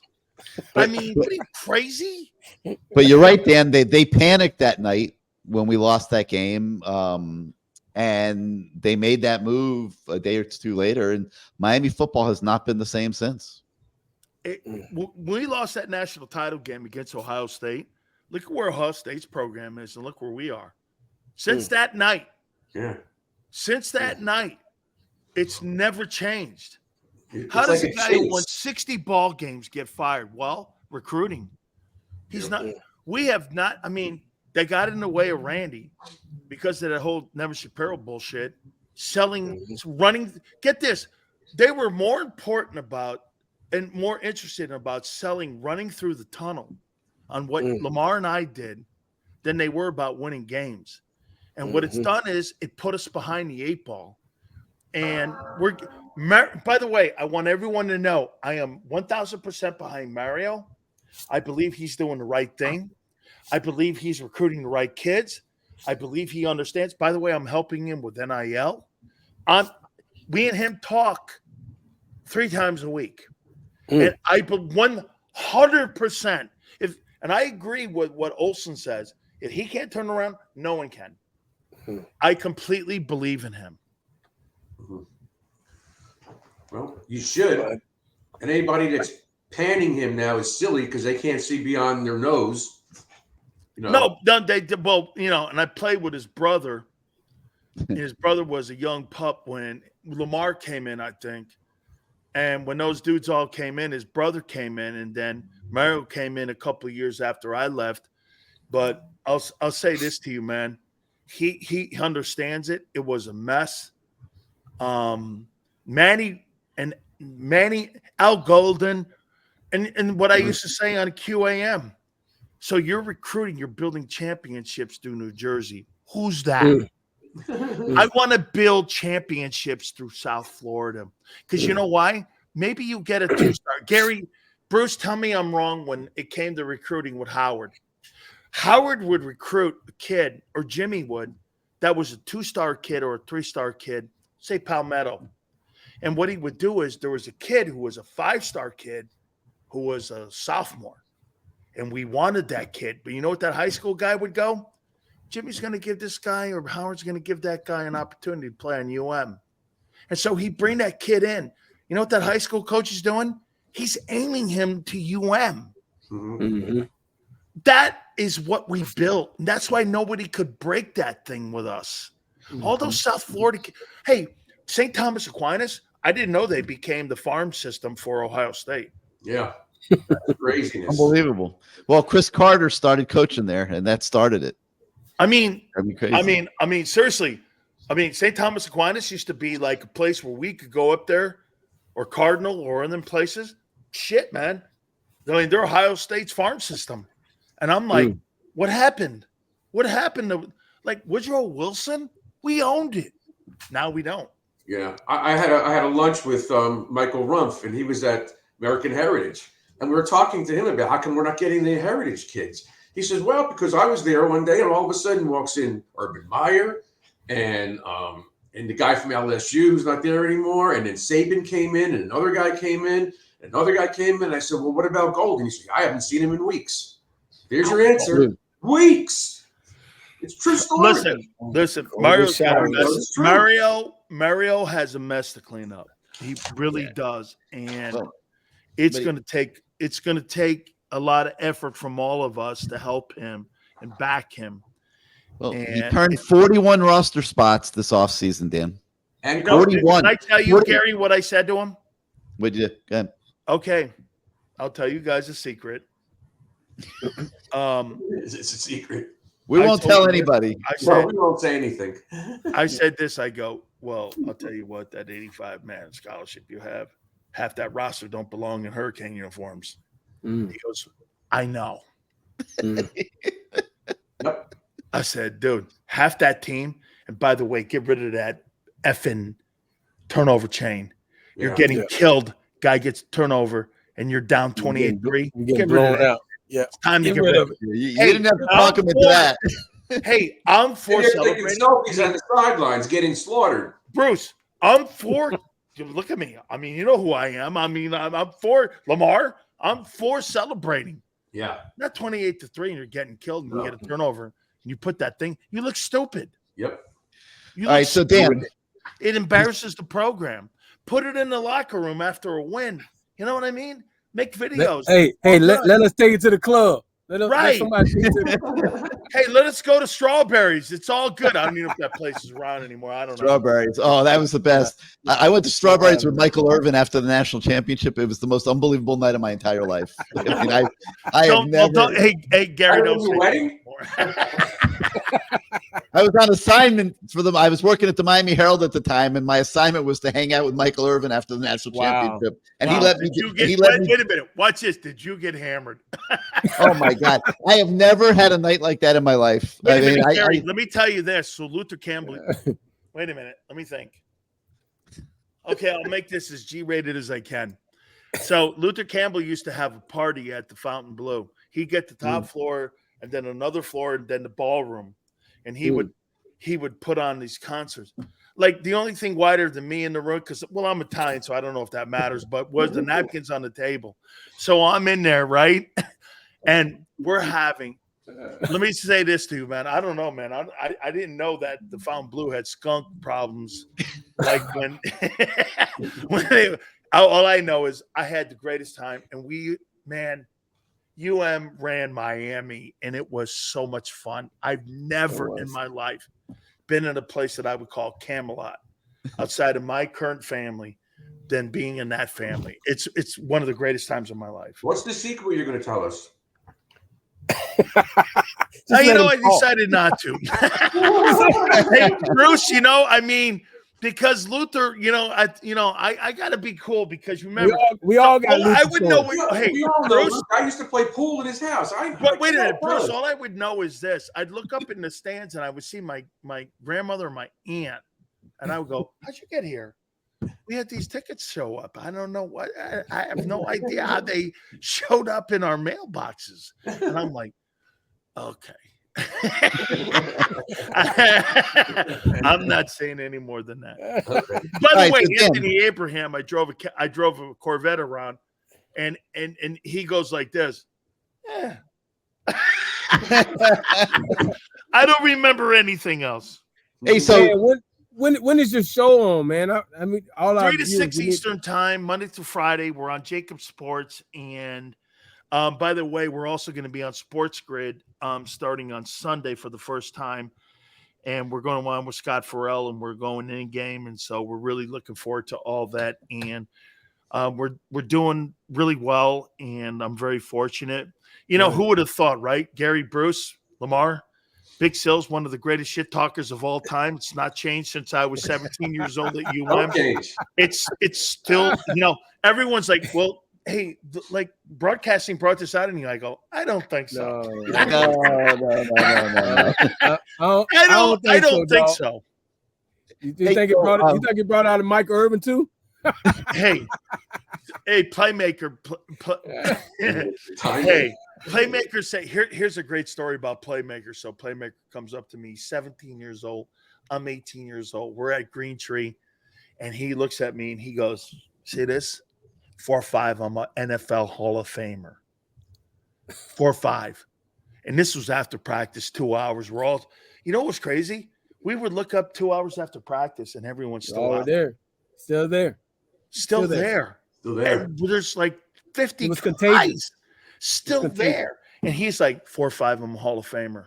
And I'm like, it's crazy, man. And it turned out to be true. Yeah. Unbelievable. Hell, how about me telling Michael Irvin on my official visit that I'm gonna take his position? I mean, but we wanted that. Yeah, there's nothing wrong with that. I came there to compete against the best. Lamar, let me tell you a story about Craig Erickson. So Craig Erickson's was he Cardinal Newman? Yes. Yeah. So Craig Erickson, we were recruiting Jeff George. He was like going to transfer from whatever. Mm-hmm. I think Illinois. Then he ended up at Purdue. Right. And Craig Erickson comes down on a recruiting trip. I think UM went up and got him in a limo. He brought him down, and I took him out. He looked at me and he goes, I go, "Hey, I hear they're recruiting Jeff George too." He goes, "I don't give a shit if they recruit John Elway. This is my job." Yep. And Jeff George went to Purdue after that. Yeah. Because he said that publicly too. Because I said it in the papers the next day. People are like, "Hey, you guys recruited Craig Erickson." I go, "Yeah." Erickson said, "I don't care if you recruit John Elway. This is my job." And I was like, and we all looked at him. We were like, man, that's so great. That's the shit we want to hear. I want that. I don't look at that as a negative. You know, people are saying this about Deion. Think about this for a second. I heard Dennis Dodd, and I love Dennis Dodd at CBS Sports. We're friends. He's been on my program numerous times. But he said this. Deion made that post-game press conference about him. I said, so wait a minute. You think a guy who has 87 new players motivated them to go into the runner-up in the national title game, to beat them, and those guys play the way they did because Deion made that thing about him? That's not true. Maybe the press conference was more about FU, but there's not a chance in hell Deion Sanders made that about him. Those players would never have believed. But it's only one game. Let's see. I mean, they're playing. But Bruce, it's not one game. It's more of a mentality shift. Oh, yeah, they have. Of course, he's been there. He knows too. That's why I said all along. I know Gary did too. Our prior coach had no business being a head coach. How could you lead somebody when you've never been to where you guys want to go? He doesn't know from that. He's not been there. Mario. Deion's never going to turn around Colorado. You know why? I'm going to tell you this, guys. He ain't going to be there long enough. And I'm going to say this. Don't let that guy get that Billy Napier job and he wears the Florida badge at Florida. Or the Florida State job. Because he's got an ass with Florida State for some reason right now. Oh, yeah. And don't let him get the Gator gig, because if that guy gets the Gator resources, wow. I'll tell you, I would not want to recruit against Deion Sanders in the state of Florida with him being the head football coach at Florida. I tell you where I was more afraid of him getting the job than Georgia Tech. I thought that if he got that Georgia Tech job with the resources in Atlanta, with Coca-Cola, all them tipping in because they're going to jump right in on Deion, he's going to have the world. And that's the Mecca. So now you got everybody can fly into Atlanta, all these recruits. I just thought that if he got that job, it was going to be hell. But Lamar, I think you got the wrong Atlanta job. I'm thinking the Falcons if he goes to Atlanta. Okay, I don't know how he would play in the NFL. I don't know. What you know what though? It's funny you say that though, Gary. Everyone thinks he didn't play in college football, and all of a sudden now. But I don't know how that kid Travis Hunter. He's a West Palm kid. Great. He's spectacular. 120 reps the other day. I've never seen anything like that before. And like you said, I want to see what he does. I vote on all the All-American teams, and I'm a Heisman voter. But boy, I'll tell you what. And by the way, Shador, you really think Caleb Williams is better than that guy that much? I don't. I mean, he was good. Caleb Williams has to beat Utah. And to me, I'm like, this kid Shador Sanders is some ball player. I mean, if he continues this, he's got Nebraska this weekend, then he's got Colorado and USC. Boy, I'll tell you what, man, he's high on my list. I think he's a spectacular talent. He is. Hey, Dan. All right. So Dan, we've had you on for like down an hour. I was just going to have you on for a couple minutes. That's what you do, man. We can't let him leave yet. We can't let him leave yet. I got one more question, Lamar. Show, Lamar Thomas show, and Lamar Thomas Stadium. We can't let him leave yet. There's only one guy I would do this for would be him. I mean, my guy, man, he knows this. I mean, he goes, hey, you got.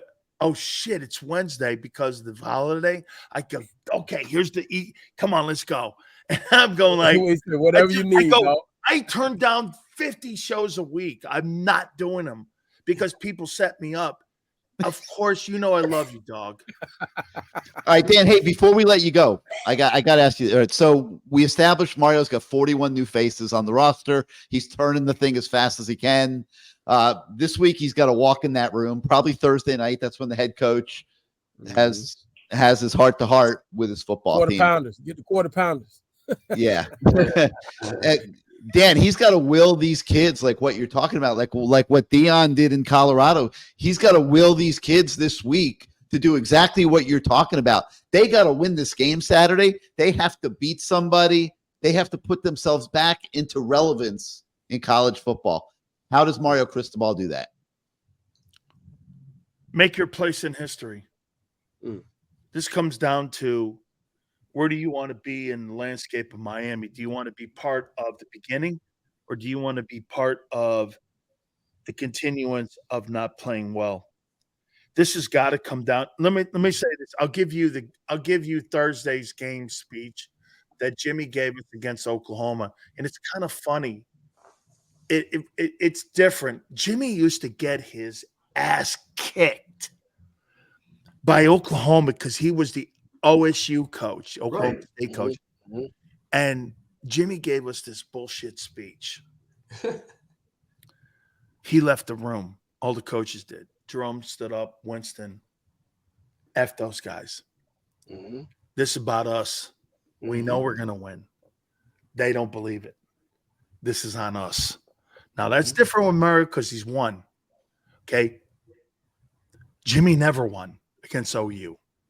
And we were like this, okay? He goes, we won the national title 2 years ago. This team's going to be afraid of us. Go kick their ass.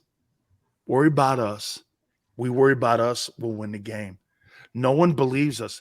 Everyone hates us. It's us against the world. We all sat there. I'll never forget. I get in that locker room the next day, and we're getting ready on Saturday. I walk out there. I see all them dudes at OU, and I go like this. It was like one of my first starts, and I said, I'm going to beat the piss out of this team. I'm going to beat the piss out of this team. And we did.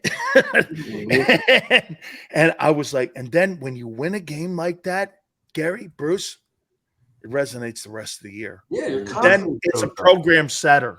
Right. That's why I made Saturday's game analogous to that game, because it's something that could just turn everything around. That's why. And by the way, this A&M team is not as good as them OU teams. No, they're not. They were 5-7 last year too. Dude. Hey, Dan, just be careful. Be careful. Jumbo Fisher, if that guy don't get it done, he'll be fired, because it'll be the first time in 62 years they've had back-to-back losing seasons. A&M doesn't tolerate that kind of shit. He's got a lot of pressure on his ass. That's what I said before you came on. Yeah, go take it to him. Yep. Hey, Dan, do me a favor. Do me a favor, though. Them. That'll help a lot. We got to come out of the gate fast. When you have your pregame speech, don't shed a tear, because it's gonna happen. I mean, it's gonna happen because you're an emotional guy just like I am. I couldn't imagine coaching there, because I would give a crying speech almost every damn day. Like I really would. I mean, it's like, it's something different that the coach at Kentucky or Louisville, it's different. I want to win. I get an ass with you though. Why did you let Lamar Jackson go to Louisville? Because he recruited him. I recruited him, and I wanted to tell Miami, fuck you, basically. Okay. And everybody else. Okay. Miami didn't even recruit him. Because you know what he did? He DM'd me. He goes, ask Lamar that question tonight. I said, okay. I said, my biggest regret is you not going to UM. He goes, ask Lamar. Hey, man, listen, you do everything possible to put yourself in a situation to become attractive to a program, and I wasn't attractive enough, so I took my ugly ass and took my beautiful woman, and I took him over to Louisville, and he became the most attractive player in the history of the game. And just like I told Al Golden, you should have hired me, buddy. Lamar, you're a legend and my guy. You know that. Okay, hey, you're a legend on our program. Appreciate it. Yeah. And you know what? I don't say that. There's not a lot of dudes. You're a legend in our program. I appreciate it. Hey, Dan, if you need me to come on your show, man, I will. Bro. Oh, yeah. Oh, no, I'm going to be ringing your bell, too. Bruce. I'll even do it. I'll even talk a little XFL at some point. Hey, let me say this to you. Bruce and Gary, these guys, have had really like hot and cold relationships with Big Sills, and I like them a lot. I come on because I do like them because you know why? They got opinions, and I'm good with these guys, man. Especially you, Gary. You've been high on me, talk shit on me, been high on me. Talk shit on you? Are you crazy? You Hey, listen, talk shit on you? No. Wait a minute, Gary, it's family. Hey, last year you get Dewey on the show. Where? So I keep reminding you of that when I text you. So wait a minute. So Maya, his person is like, oh my God, Dwayne's coming on the program because he wants to talk about the XFL, and I'm like, okay, great. So, you know, he posts these crazy things of me. I didn't even know he knew about me. He's like, you and Jerome set the tone. You're legends. You're this and that, and I'm like, hey, you know, kind of like patting me on the head. Get out of the show. Where are we going here? You know? So we're working on it. All right. Hey, make sure you tell my boss I said hello. All right. Absolutely. I will. Hey, listen, Mario's on tomorrow at 4:30 on my show in Jacob Sports Eastern time, 4:30 Eastern, and we're going to talk some Hurricane football against A&M. How can we listen, Dan? How do we get the show? Yeah, how do we JacobSports.com. Go to the channel. We are going to have him on tomorrow at 4:30, and we're so looking forward to it. And I think this is the biggest game since he's been there. Yes. All right. So if I can call into your show, you'll put me on one day? You'll actually let them put me on, the producers? You say, I don't want him on my show. Begrudgingly, I will. Hey, buddy. Appreciate the skills, man. Hey, guys, you know what I think of you. Thank you so much for having me. Appreciate it. Dan, great being with you tonight, man. Thank you. There you go right there. Legends. That's what you are. Legends, Sileo. Thank you, Lamar. Thank you so much, man. You bet. Man, he is so awesome. He's the last person on earth that I would ever talk shit about. Are you kidding me? Man, you guys just gotta let Seals run, man. Just let him run, man. He's like, hey, just let him run. Let him go. You ask one question, and an hour and a half later, you may get another word in edgewise. I love it, man. I love it. But he had said a lot of good things, and you know, he's from that. He's from that era of. Well, I hate to say it, back when we played, because it's a different kid now. It's a different atmosphere. Everything is different down there. Mario's trying to get it back, but you know, as we well know, you got to get rid of that some of those guys, which he's done, and somehow, like you said, Gary, when it hits the fan, we're going to see how this team reacts, and that's the most important thing. When because you know, hey, I didn't play alongside this guy. He just got here last week or 2 weeks ago. Okay. I don't know this dude. I just got here last year. So we don't really know how to handle when adversity hits. So hopefully Mario, that coaching staff, that umbrella has them all in line, and they understand that when shit hits the fan, we still got to go out and perform, because the bigger picture is us getting the win and playing well. And it will on Saturday. It will hit the fan at points in that game. Oh, yeah. There's too much talent on the other side of the ball. We've talked about Bobby Petrino and his presence earlier in the show. Trust me, he is going to be seen, felt, and heard in this football game at various points. Okay, he is that good of a football coach. Lamar knows that firsthand. From working next to him. So before you let me go, Gary, what do you know about Arroyo? I think he's going to play someone. He's close. I mean, it's a question of whether he's going to be there by Saturday. He's right there on the edge. I didn't think he get in the game though. We need a tight end that can catch the damn ball. Yeah. Well, you can't rush a guy too fast off the ACL. So, he wasn't ready at the beginning of camp. He's been working these last 4 or 5 weeks. He's very close, and it'll be a game day decision whether they feel he's ready to go. I know. Okay. All right, Bruce, give us any closing thoughts? I'm looking forward to this game. I'm sick and tired of we played Florida, we should have won. North Carolina, we should have won. I'm sick and tired of we should have won. Last year, we should have beaten these guys. I think the effort's going to be incredible. The place is going to be electric, probably like the Notre Dame game, I would think, even though it's a day game. and I think Miami wins on a field goal by our field goal kicker or Gallus, and we beat them like 31-28 or 31-27, something like that. But I think Miami turns it. Finally, we're going to win a game that we must win. This is going to be the game. I like It'll be like turning. Once it happens, I think it'll be like turning on a faucet. Yes, and letting it run. And These and kids, they have to experience. And ESPN will be, oh, we're back, and now that crap will start all over again. We're back. Yeah, but that doesn't matter. I understand. The talk is what's important. The national talk about Miami is important. It is, but more than anything, these kids have to experience what it's like to beat somebody. Yep. And to be a winner down here. We don't let that happen next week against. You're gonna find out, and these guys are gonna find out. You win this game against Texas A&M, you're gonna find out what it's like to be a winner down here in South Florida, because you go from, we don't even know half these guys' names. Think about it. Back in the day, you knew everybody's names. They knew your name, and they knew your stats. They knew everything. Half these guys, I don't even know. I just call them by their number. We are watching the games this year with a roster. Yes. I mean, you're circling guys, going, damn. Okay, he might be a good player. Okay, he is a good player.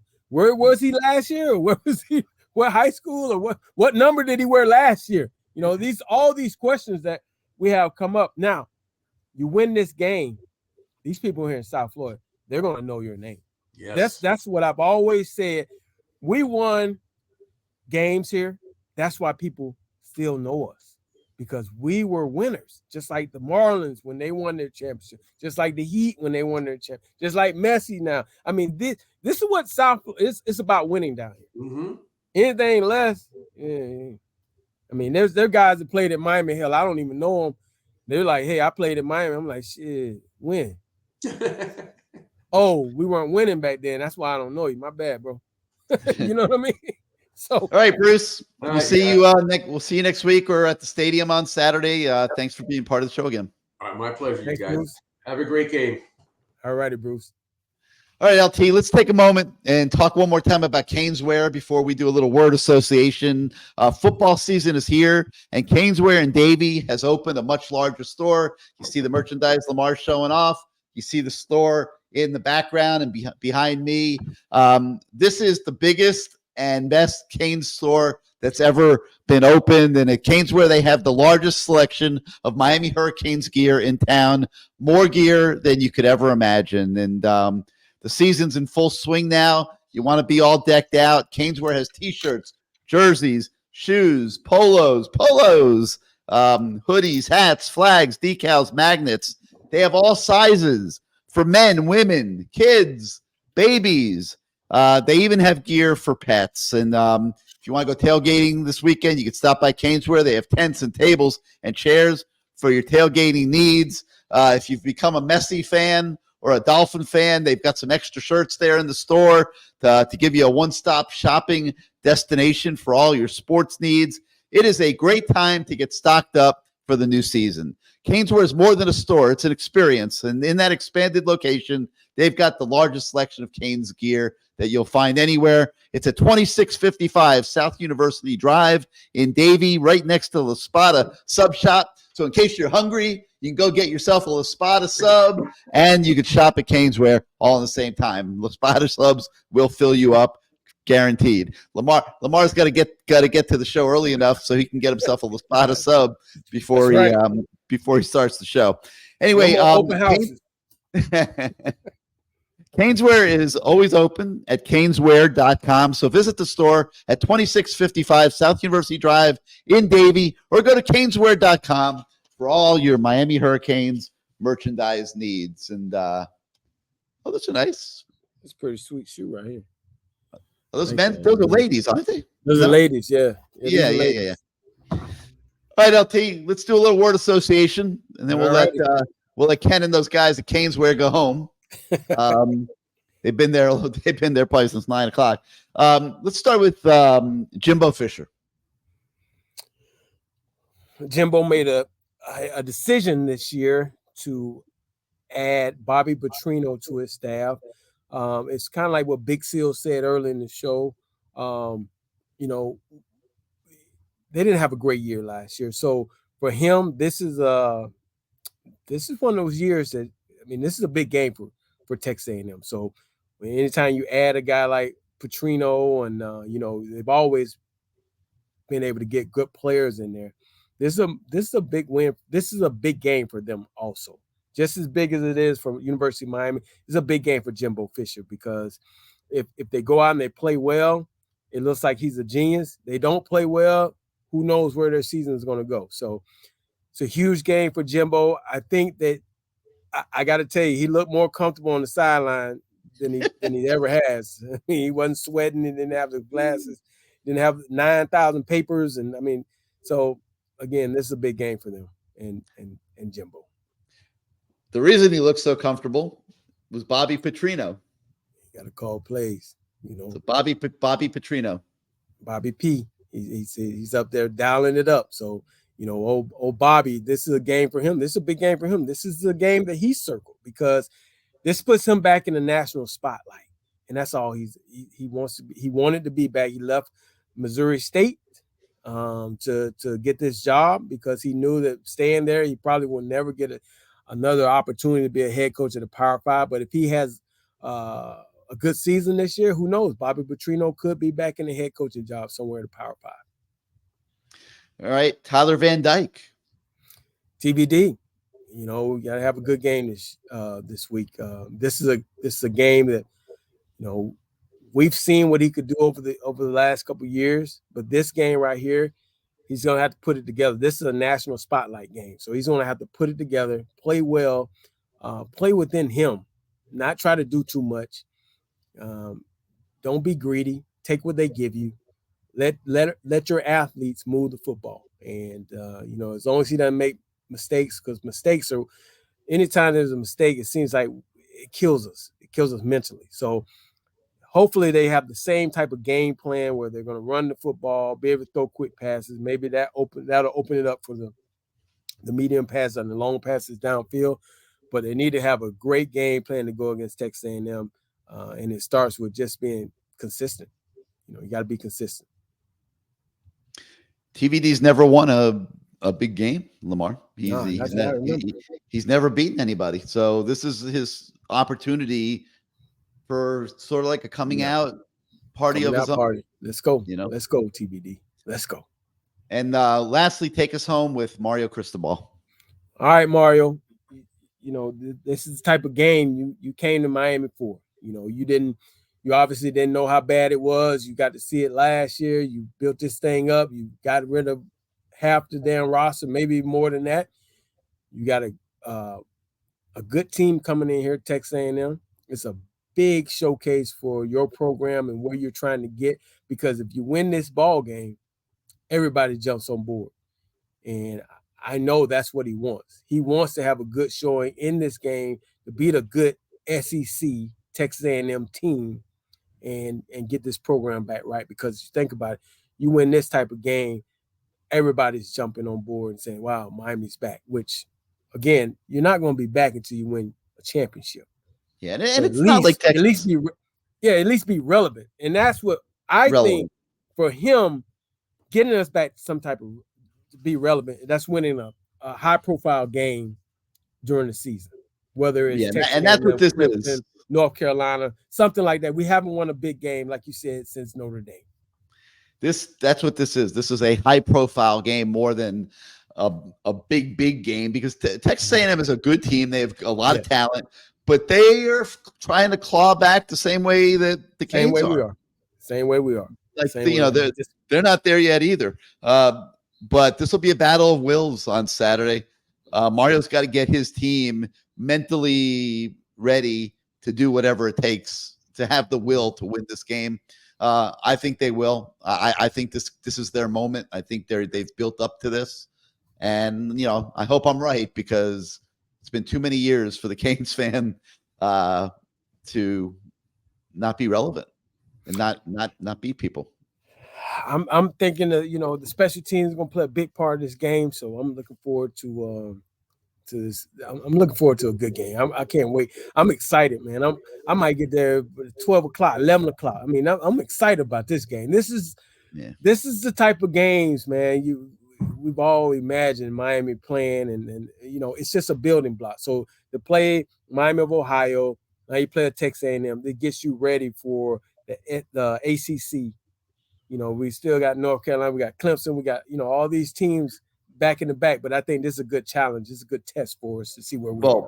You win Saturday. Now you're looking at Bethune, you're looking at Temple. Mm-hmm. You're looking at Georgia Tech, and then you go on to North Carolina. You have a great opportunity to make this a very relevant, significant season if you win Saturday. So hopefully they can get it done.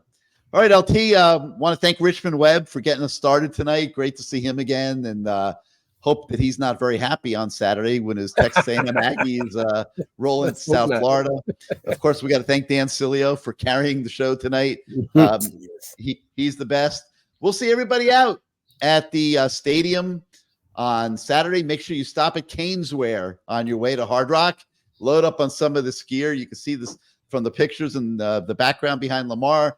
The racks, the shelves, they are stacked up with Canes gear, just waiting for you guys to come on by. You can pick up some La Spada subs to take to your tailgate parties. If you need an extra chair, they got those too. So stop by Caneswear on the way to the stadium on Saturday. So for Lamar Thomas, I'm Gary Ferman. Thank you once again for being part of our show. We will see you guys again next week. Goodbye, everybody.